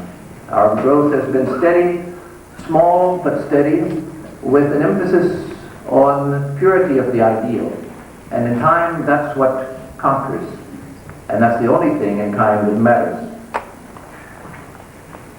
So if the coming millennium is to belong to Sri Ramakrishna, we Swamis really are not the ones who are spreading Vedanta. We're not the ones who are spreading Sri Ramakrishna's word. It's Ramakrishna himself who is spreading his own word. And we, both Swamis and devotees, have a choice between being instruments of Sri Ramakrishna and thereby blessing ourselves, or being obstacles, but obstacles that will be swept away in the course of history. because the power which Sri Ramakrishna brought to earth can't be stopped by the likes of us. So we have a choice between, again, being instruments and being blessed by being instruments, or being obstacles and being discarded by history. And so it's a great blessing for people like you and me, devotees and monastics, to be instruments in the work of Sri Ramakrishna, to do the best that we can, knowing that he's the one who's doing the work. He's the one who is spreading his message. And there are many, many examples. There's not time to go into that, to give some examples, but there are many examples of how Sri Ramakrishna himself has come to people not through the medium of a book, not through the medium of a lecturer, but directly to the heart of people, awakening spirituality in them, and then they seek out where to find more about Sri Ramakrishna. And so he's the one who is doing the work. We're the ones who are blessed to help him in that work. Now the title of my talk is Our Inheritance is a Door Awaiting Us. Meaning, the intent of the title is that our inheritance is not something that we have received passively, something which has been given to us and we just sit on it. In fact, as many of you know, statistically it's been shown that those who inherit wealth, those who inherit even great fortunes, usually by the third generation that fortune is destroyed, the fortune is wasted. Our fortune, luckily, is not of that type. It can't be wasted because we have to work to get it. We cannot receive it by not working, but we can't waste it. So the good news is we can't waste it. The bad news is that we have to work for it. But that bad news is not really bad news, because it's through that that we become blessed. It's through that that we realize what it is that we have received. It's like with initiation. People come to initiation having read about the power of the mantra and so forth, and they expect at the time of initiation to get some sort of zap. They're going to be, they're going to see lights, they're going to feel some tremendous power or something. That has happened, but that's rare. The power of initiation is awakened through sadhana, and then we come to understand what it was that was given to us. And so the same with our inheritance from Sri Ramakrishna. To work to earn that inheritance is our greatest blessing. So what is our inheritance, and what must we do to attain to that inheritance? One part of our inheritance is Sri Ramakrishna, Sri Shabada Devi, the Holy Mother, and Swami Vivekananda. They are the center of our inheritance in the Ramakrishna movement. And that's a tremendous comprehensive ideal which they have given to us. There are many people, and I was one in the beginning also, who are confused by the fact that it seems Swami Vivekananda taught one thing, Sri Ramakrishna taught another thing. Swami Vivekananda's manner was one, Sri Ramakrishna's manner was another. Even the direct disciples, the brother disciples of Swami Vivekananda, at first were confused by this. And as I said, I was in the beginning, and many people are still confused by the fact that Ramakrishna and Swami Vivekananda seem so different. But now I understand that that's one of our greatest riches. They're not different in the sense that they are opposed in any way. The more I've studied Sri Ramakrishna and Swami Vivekananda, the more I've seen how harmonious the two are, how it was that Swami Vivekananda based all that he said on Sri Ramakrishna. But the fact that they are different is a wealth. There are people who come to Sri Ramakrishna, Swami Vivekananda, Holy Mother. Some are attracted more to Sri Ramakrishna. Others are attracted more to Swami Vivekananda. Others attracted more to the Holy Mother. There's no harm in that. If we approach any one of these three, eventually we're approaching all three, because there's not a conflict between the three. At first a person might say, well, I like Sri Ramakrishna very much, but I don't care for Swami Vivekananda. But if you go on loving Sri Ramakrishna, can you hate Swami Vivekananda? No, it's not possible, because you find that Sri Ramakrishna gave his whole heart to Swami Vivekananda. He gave his own power to Swami Vivekananda. He said at the end of his life, after transmitting his realizations to Swamiji, he said, with tears in his eyes, now I've become a penniless fakir, a penniless beggar, because I've given everything to you. And he even said that I'm like the person who comes onto the stage to introduce the main act being Swami Vivekananda. So if you approach Sri Ramakrishna, even if at first you don't care much for Swami Vivekananda, you find that you can't not love him also, because Sri Ramakrishna did. So if you come to Vivekananda and find, well, Ramakrishna was a little peculiar, I don't care much for him. But how can you approach Swami Vivekananda for long without coming to love Sri Ramakrishna also? So the fact that the three, Holy Mother was different, Swami Vivekananda was different, Sri Ramakrishna was different. But there were three faces of the same thing. And so the center of our inheritance is this threefold ideal in the form of Ramakrishna, Holy Mother, and Swamiji. And that itself is a great and comprehensive ideal. And it doesn't even stop there. It includes the impersonal as well. Not just the personal, but the impersonal ideal which they embodied as well. And so we begin our inheritance with a tremendous, expansive ideal. Joseph Campbell, the famous scholar who studied and taught mythology and has become very famous in the last 15 years or so, he used to say that one of the problems in the modern world is a lack of mythology, that all through history there has been a living myth that people have believed in, that's given people power, which has given people encouragement, given people meaning to life, which just philosophy can't give, just ideas can't give. And some of you know that the Star Wars story, the film about Star Wars, that he collaborated with George Lucas in the producing of the films, trying to produce a myth which modern people could accept. But myth doesn't come from the superficial levels of the mind. We can't sit down in a committee and say, well, let's come up with a modern myth that everyone will accept. No, that doesn't work. But look at Sri Ramakrishna, Swami Vivekananda, and Holy Mother. Again, not in a narrow parochial sense, but in a broad sense. You see living mythology. You see that even a figure like Swami Vivekananda, who is so rational, so scientific in his message, if you go deep into the heart of his life and being, you find that the human is being transformed into the mythic. You find a hero of mythic proportions. A mythic hero like Hercules pales into insignificance next to a Swami Vivekananda. And the same with Sri Ramakrishna and the Holy Mother. So we don't have to sit in a committee and make up a new mythology for the modern age, because no one's going to accept that anyway. No myth ever came into being in that way. Myth comes from the depths of human experience. And yet here we have mythic beings in the highest sense who are also historic beings. Sri Ramakrishna used to say that I have made the mold, now cast yourselves in it. Or he would say, I have done all 16 parts, you do at least one part. When 16 parts, there were 16 parts, 16 annas to a rupee. So he said, I have done all 16 parts, you do at least one part.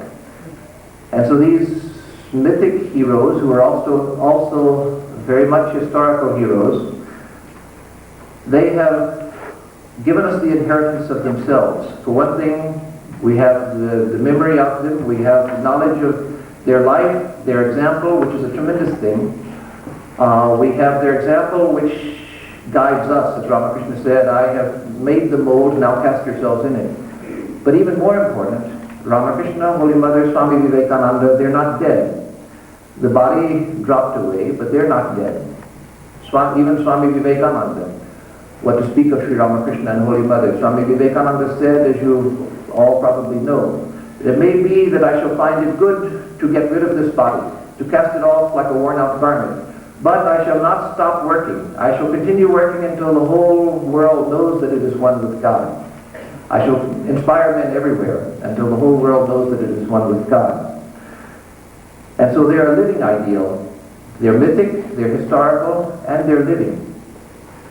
It's not as easy perhaps to go to Sri Ramakrishna as it was when he lived in his room at Dakshineshwar. We can't see him visibly and go and ask him easily questions and have him answer easily.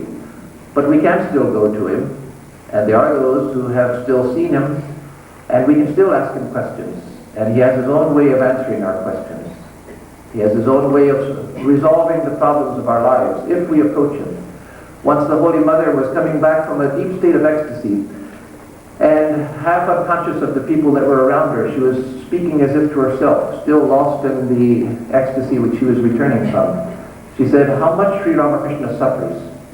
He sits within the hearts of all beings, just waiting for us to turn our attention towards him, and yet no one will turn towards him."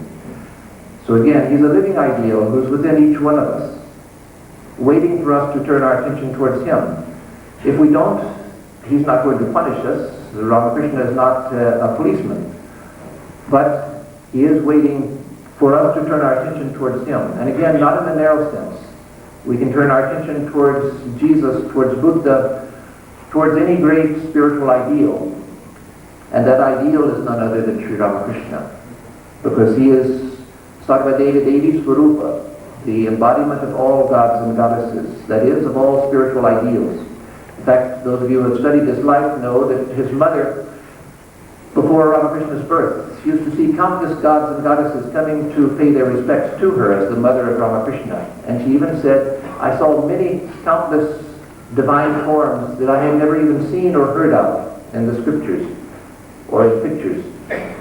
And so to me that indicates that Ramakrishna was visited and paid homage to while he was in his mother's womb, even by ideals, forms of God, forms of the goddess, outside of the Hindu fold. So one thing is our inheritance is Sri Ramakrishna, and that he and Holy Mother and Swami Vivekananda, this threefold ideal, they're not an ideal which was given to us passively, which we receive like we receive the bank account of a dead parent.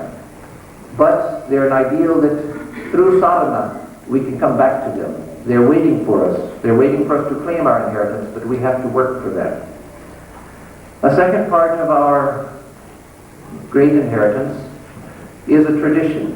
And let me say a few things about different aspects of the tradition. It's not comprehensive. I couldn't possibly say comprehensively all about the tradition, but just a few ideas.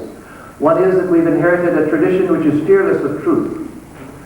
Sister Nivedita said of Swami Vivekananda that she always had the feeling that he was a Vedantin, not because of allegiance to a tradition, but because that's where he found truth. She said that she had the distinct feeling that if he found truth going elsewhere, then he would have followed truth and left Vedanta. So his emphasis was on truth, not allegiance just to a tradition, but his allegiance was to truth. And he found in Vedanta truth. It wasn't that he was a Vedantist first, he was a seeker of truth first. And so we have a tradition which is fearless of truth.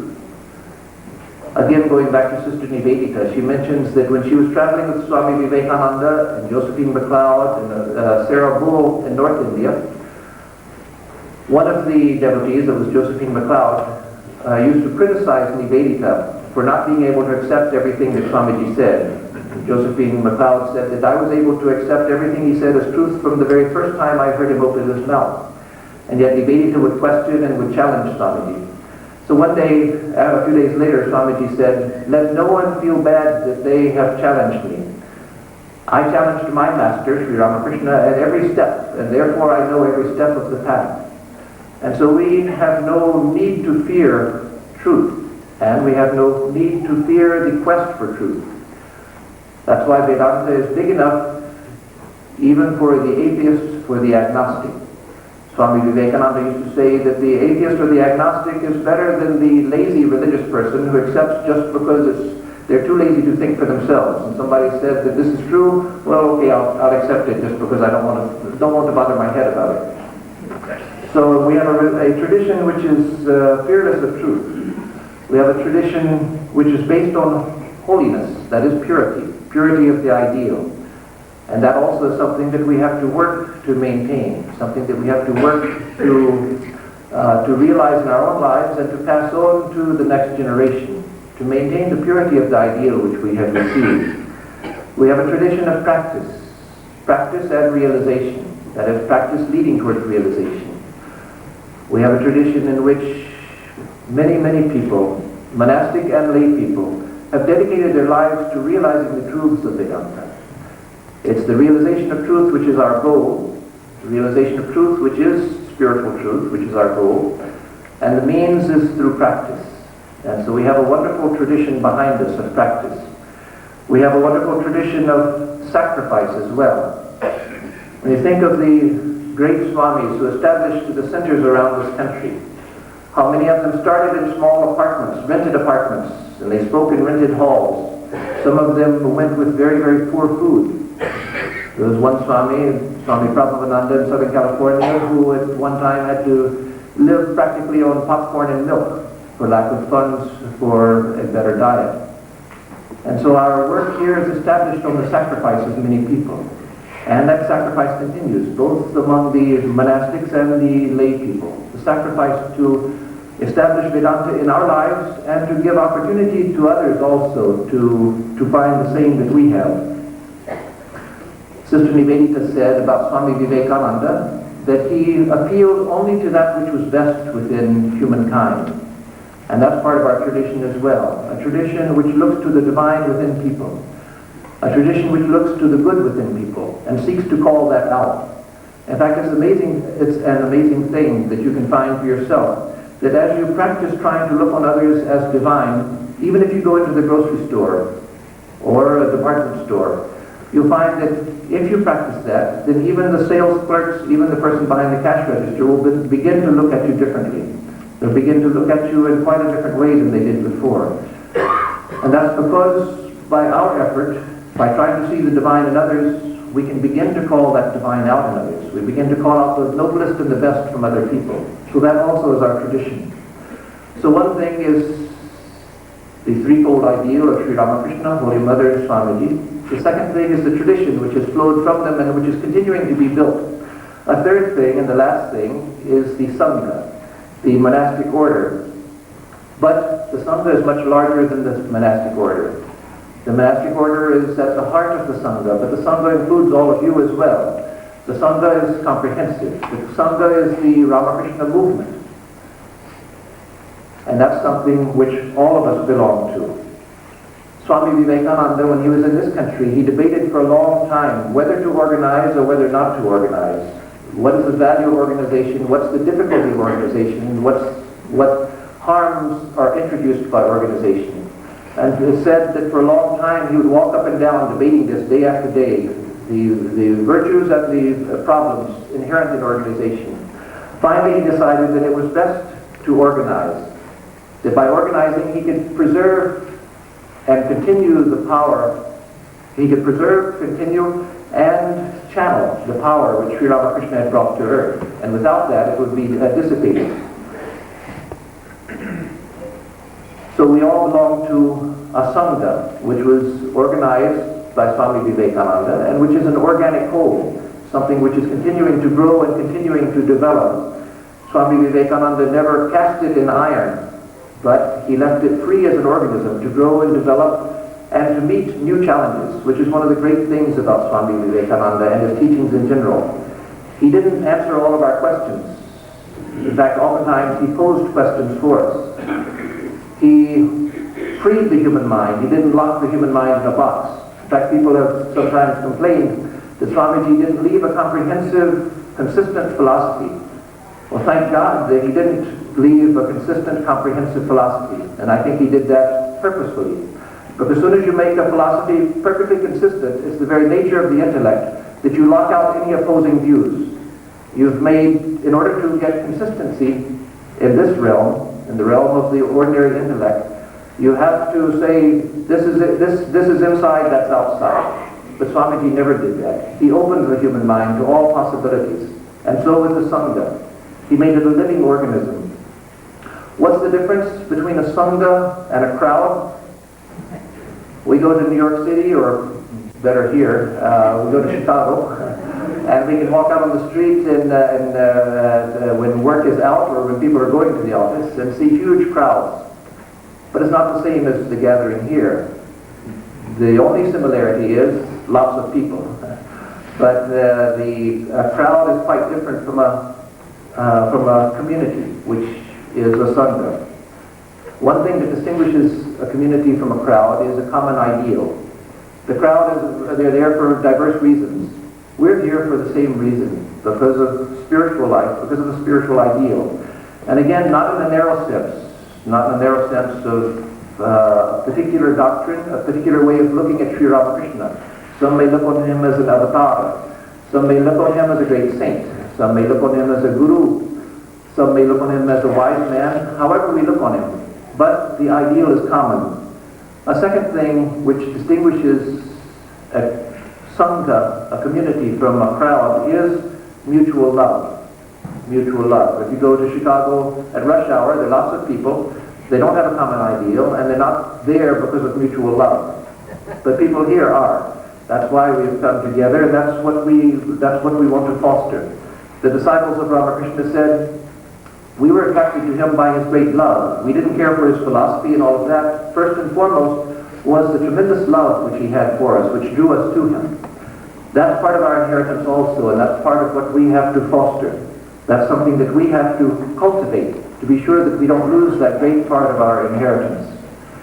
And finally, the third thing that distinguishes a sangha, a community, from a crowd is that a sangha has a higher consciousness to it than the individual members.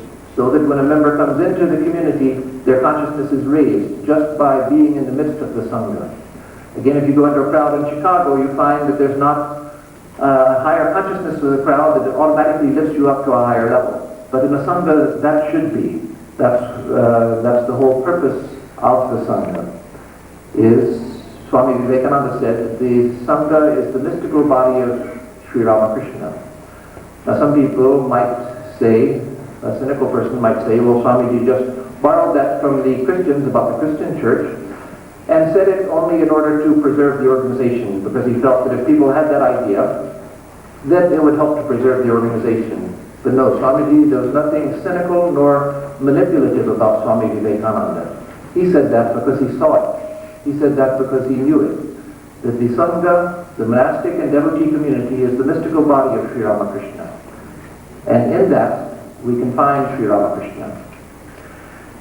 It was after I thought about these 3 points, the 3 parts of our inheritance, the ideal of Sri Ramakrishna, Holy Mother, and Swamiji, the tradition which they have given, and then the sangha which they have left us, that I came to the understanding that what I had put down was the Buddha, the Dharma, and the Sangha, the 3 ratna, the 3 jewels of Buddhism.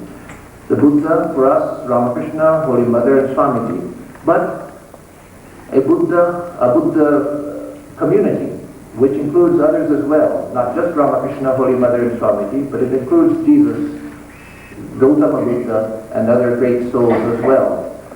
The Dharma, which is our tradition, and the Sangha, which is all of us here, many who have come before us, and many who will come after us. And so again, let me conclude by saying that I believe that the 3rd millennium will belong in a special way to Sri Ramakrishna. Not in the sense that he, as a personal ideal, will dominate the heart of everyone, nor in the sense that organizationally we're going to capture everybody within our organization. No, but in the sense that the living power which he brought to spiritualize humanity, that's what is going to capture the 3rd millennium. And let us all bless ourselves and bless others by being instruments in that power which he brought, and in that work which he is carrying on, and in that we'll find our own highest fulfillment. Thank you.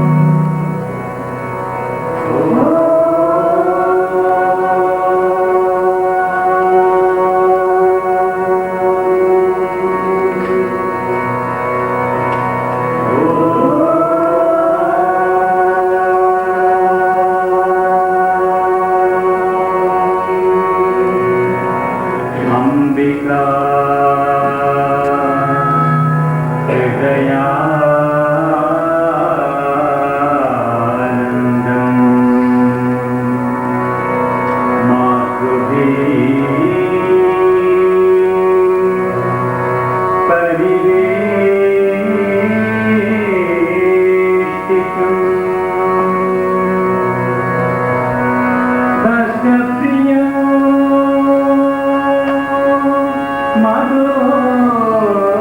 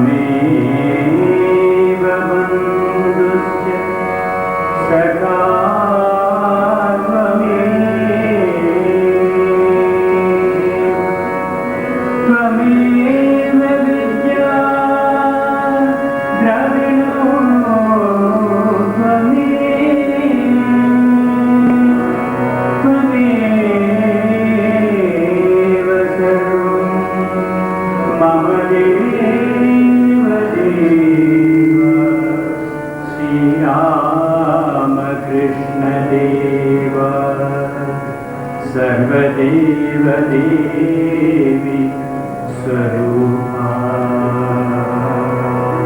Ram Krishna Ram Krishna Ram Krishna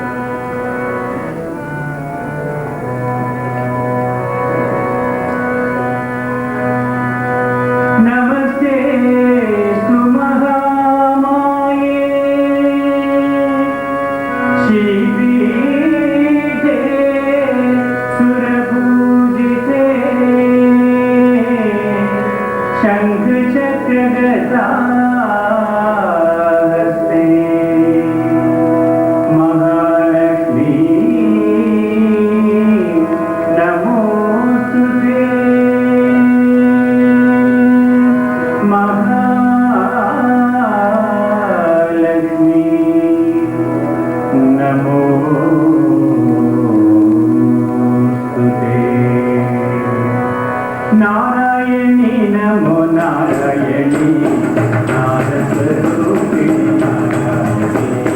Narayani.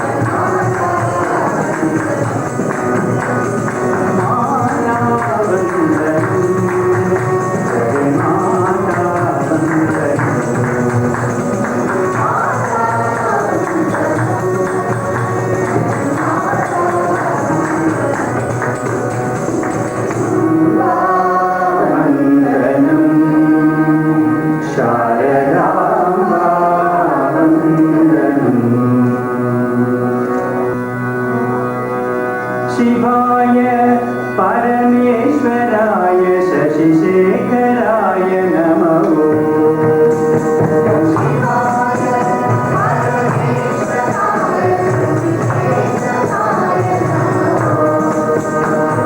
शिवाय परमेश्वराय चन्द्रशेखराय नमः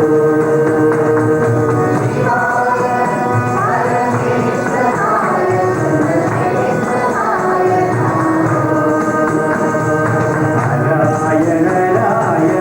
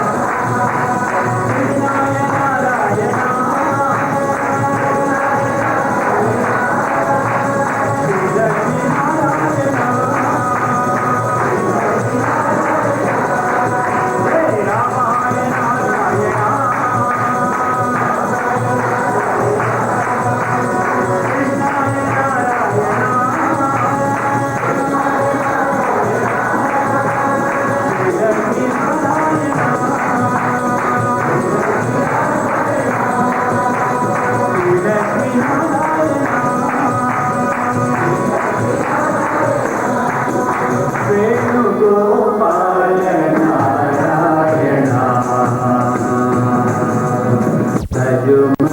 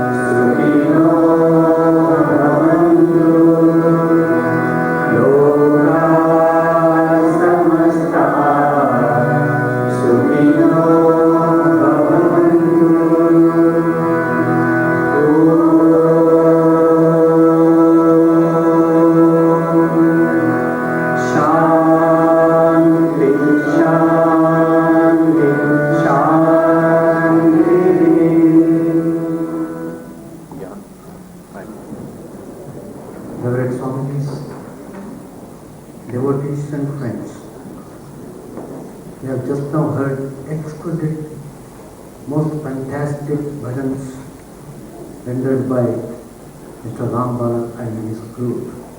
I was simply stunned. I was in a way, in a very ecstatic mood. I was immensely enjoying every bit of the bhajan done by them. It is one of the best bhajans I have heard in my life, that in America.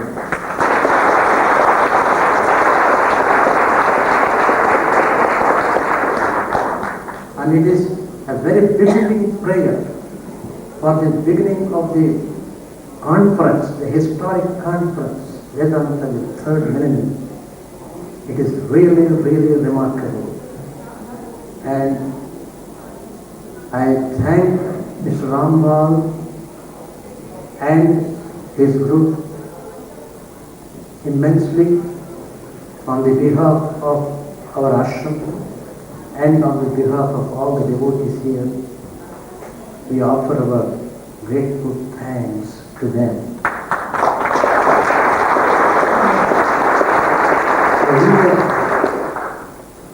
I invoke special blessings and grace upon them by Sri Ramakrishna, Holy Mother and Swami Vivekananda.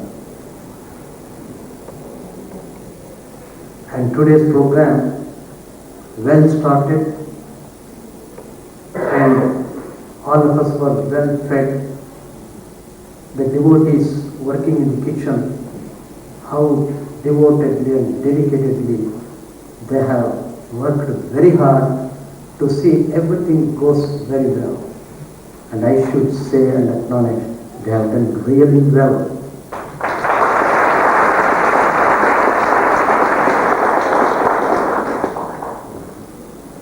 So, I again offer Sri Ramakrishna's Holy Mother's and Swami's blessings on them. And finally, all the devotees here in this historic Millennium program, they are really very special. They have got, every one of you have got some special merit to have come to join this and attend this program. So all our thanks to you. So with this, my heartfelt thanks, I conclude this session. Jai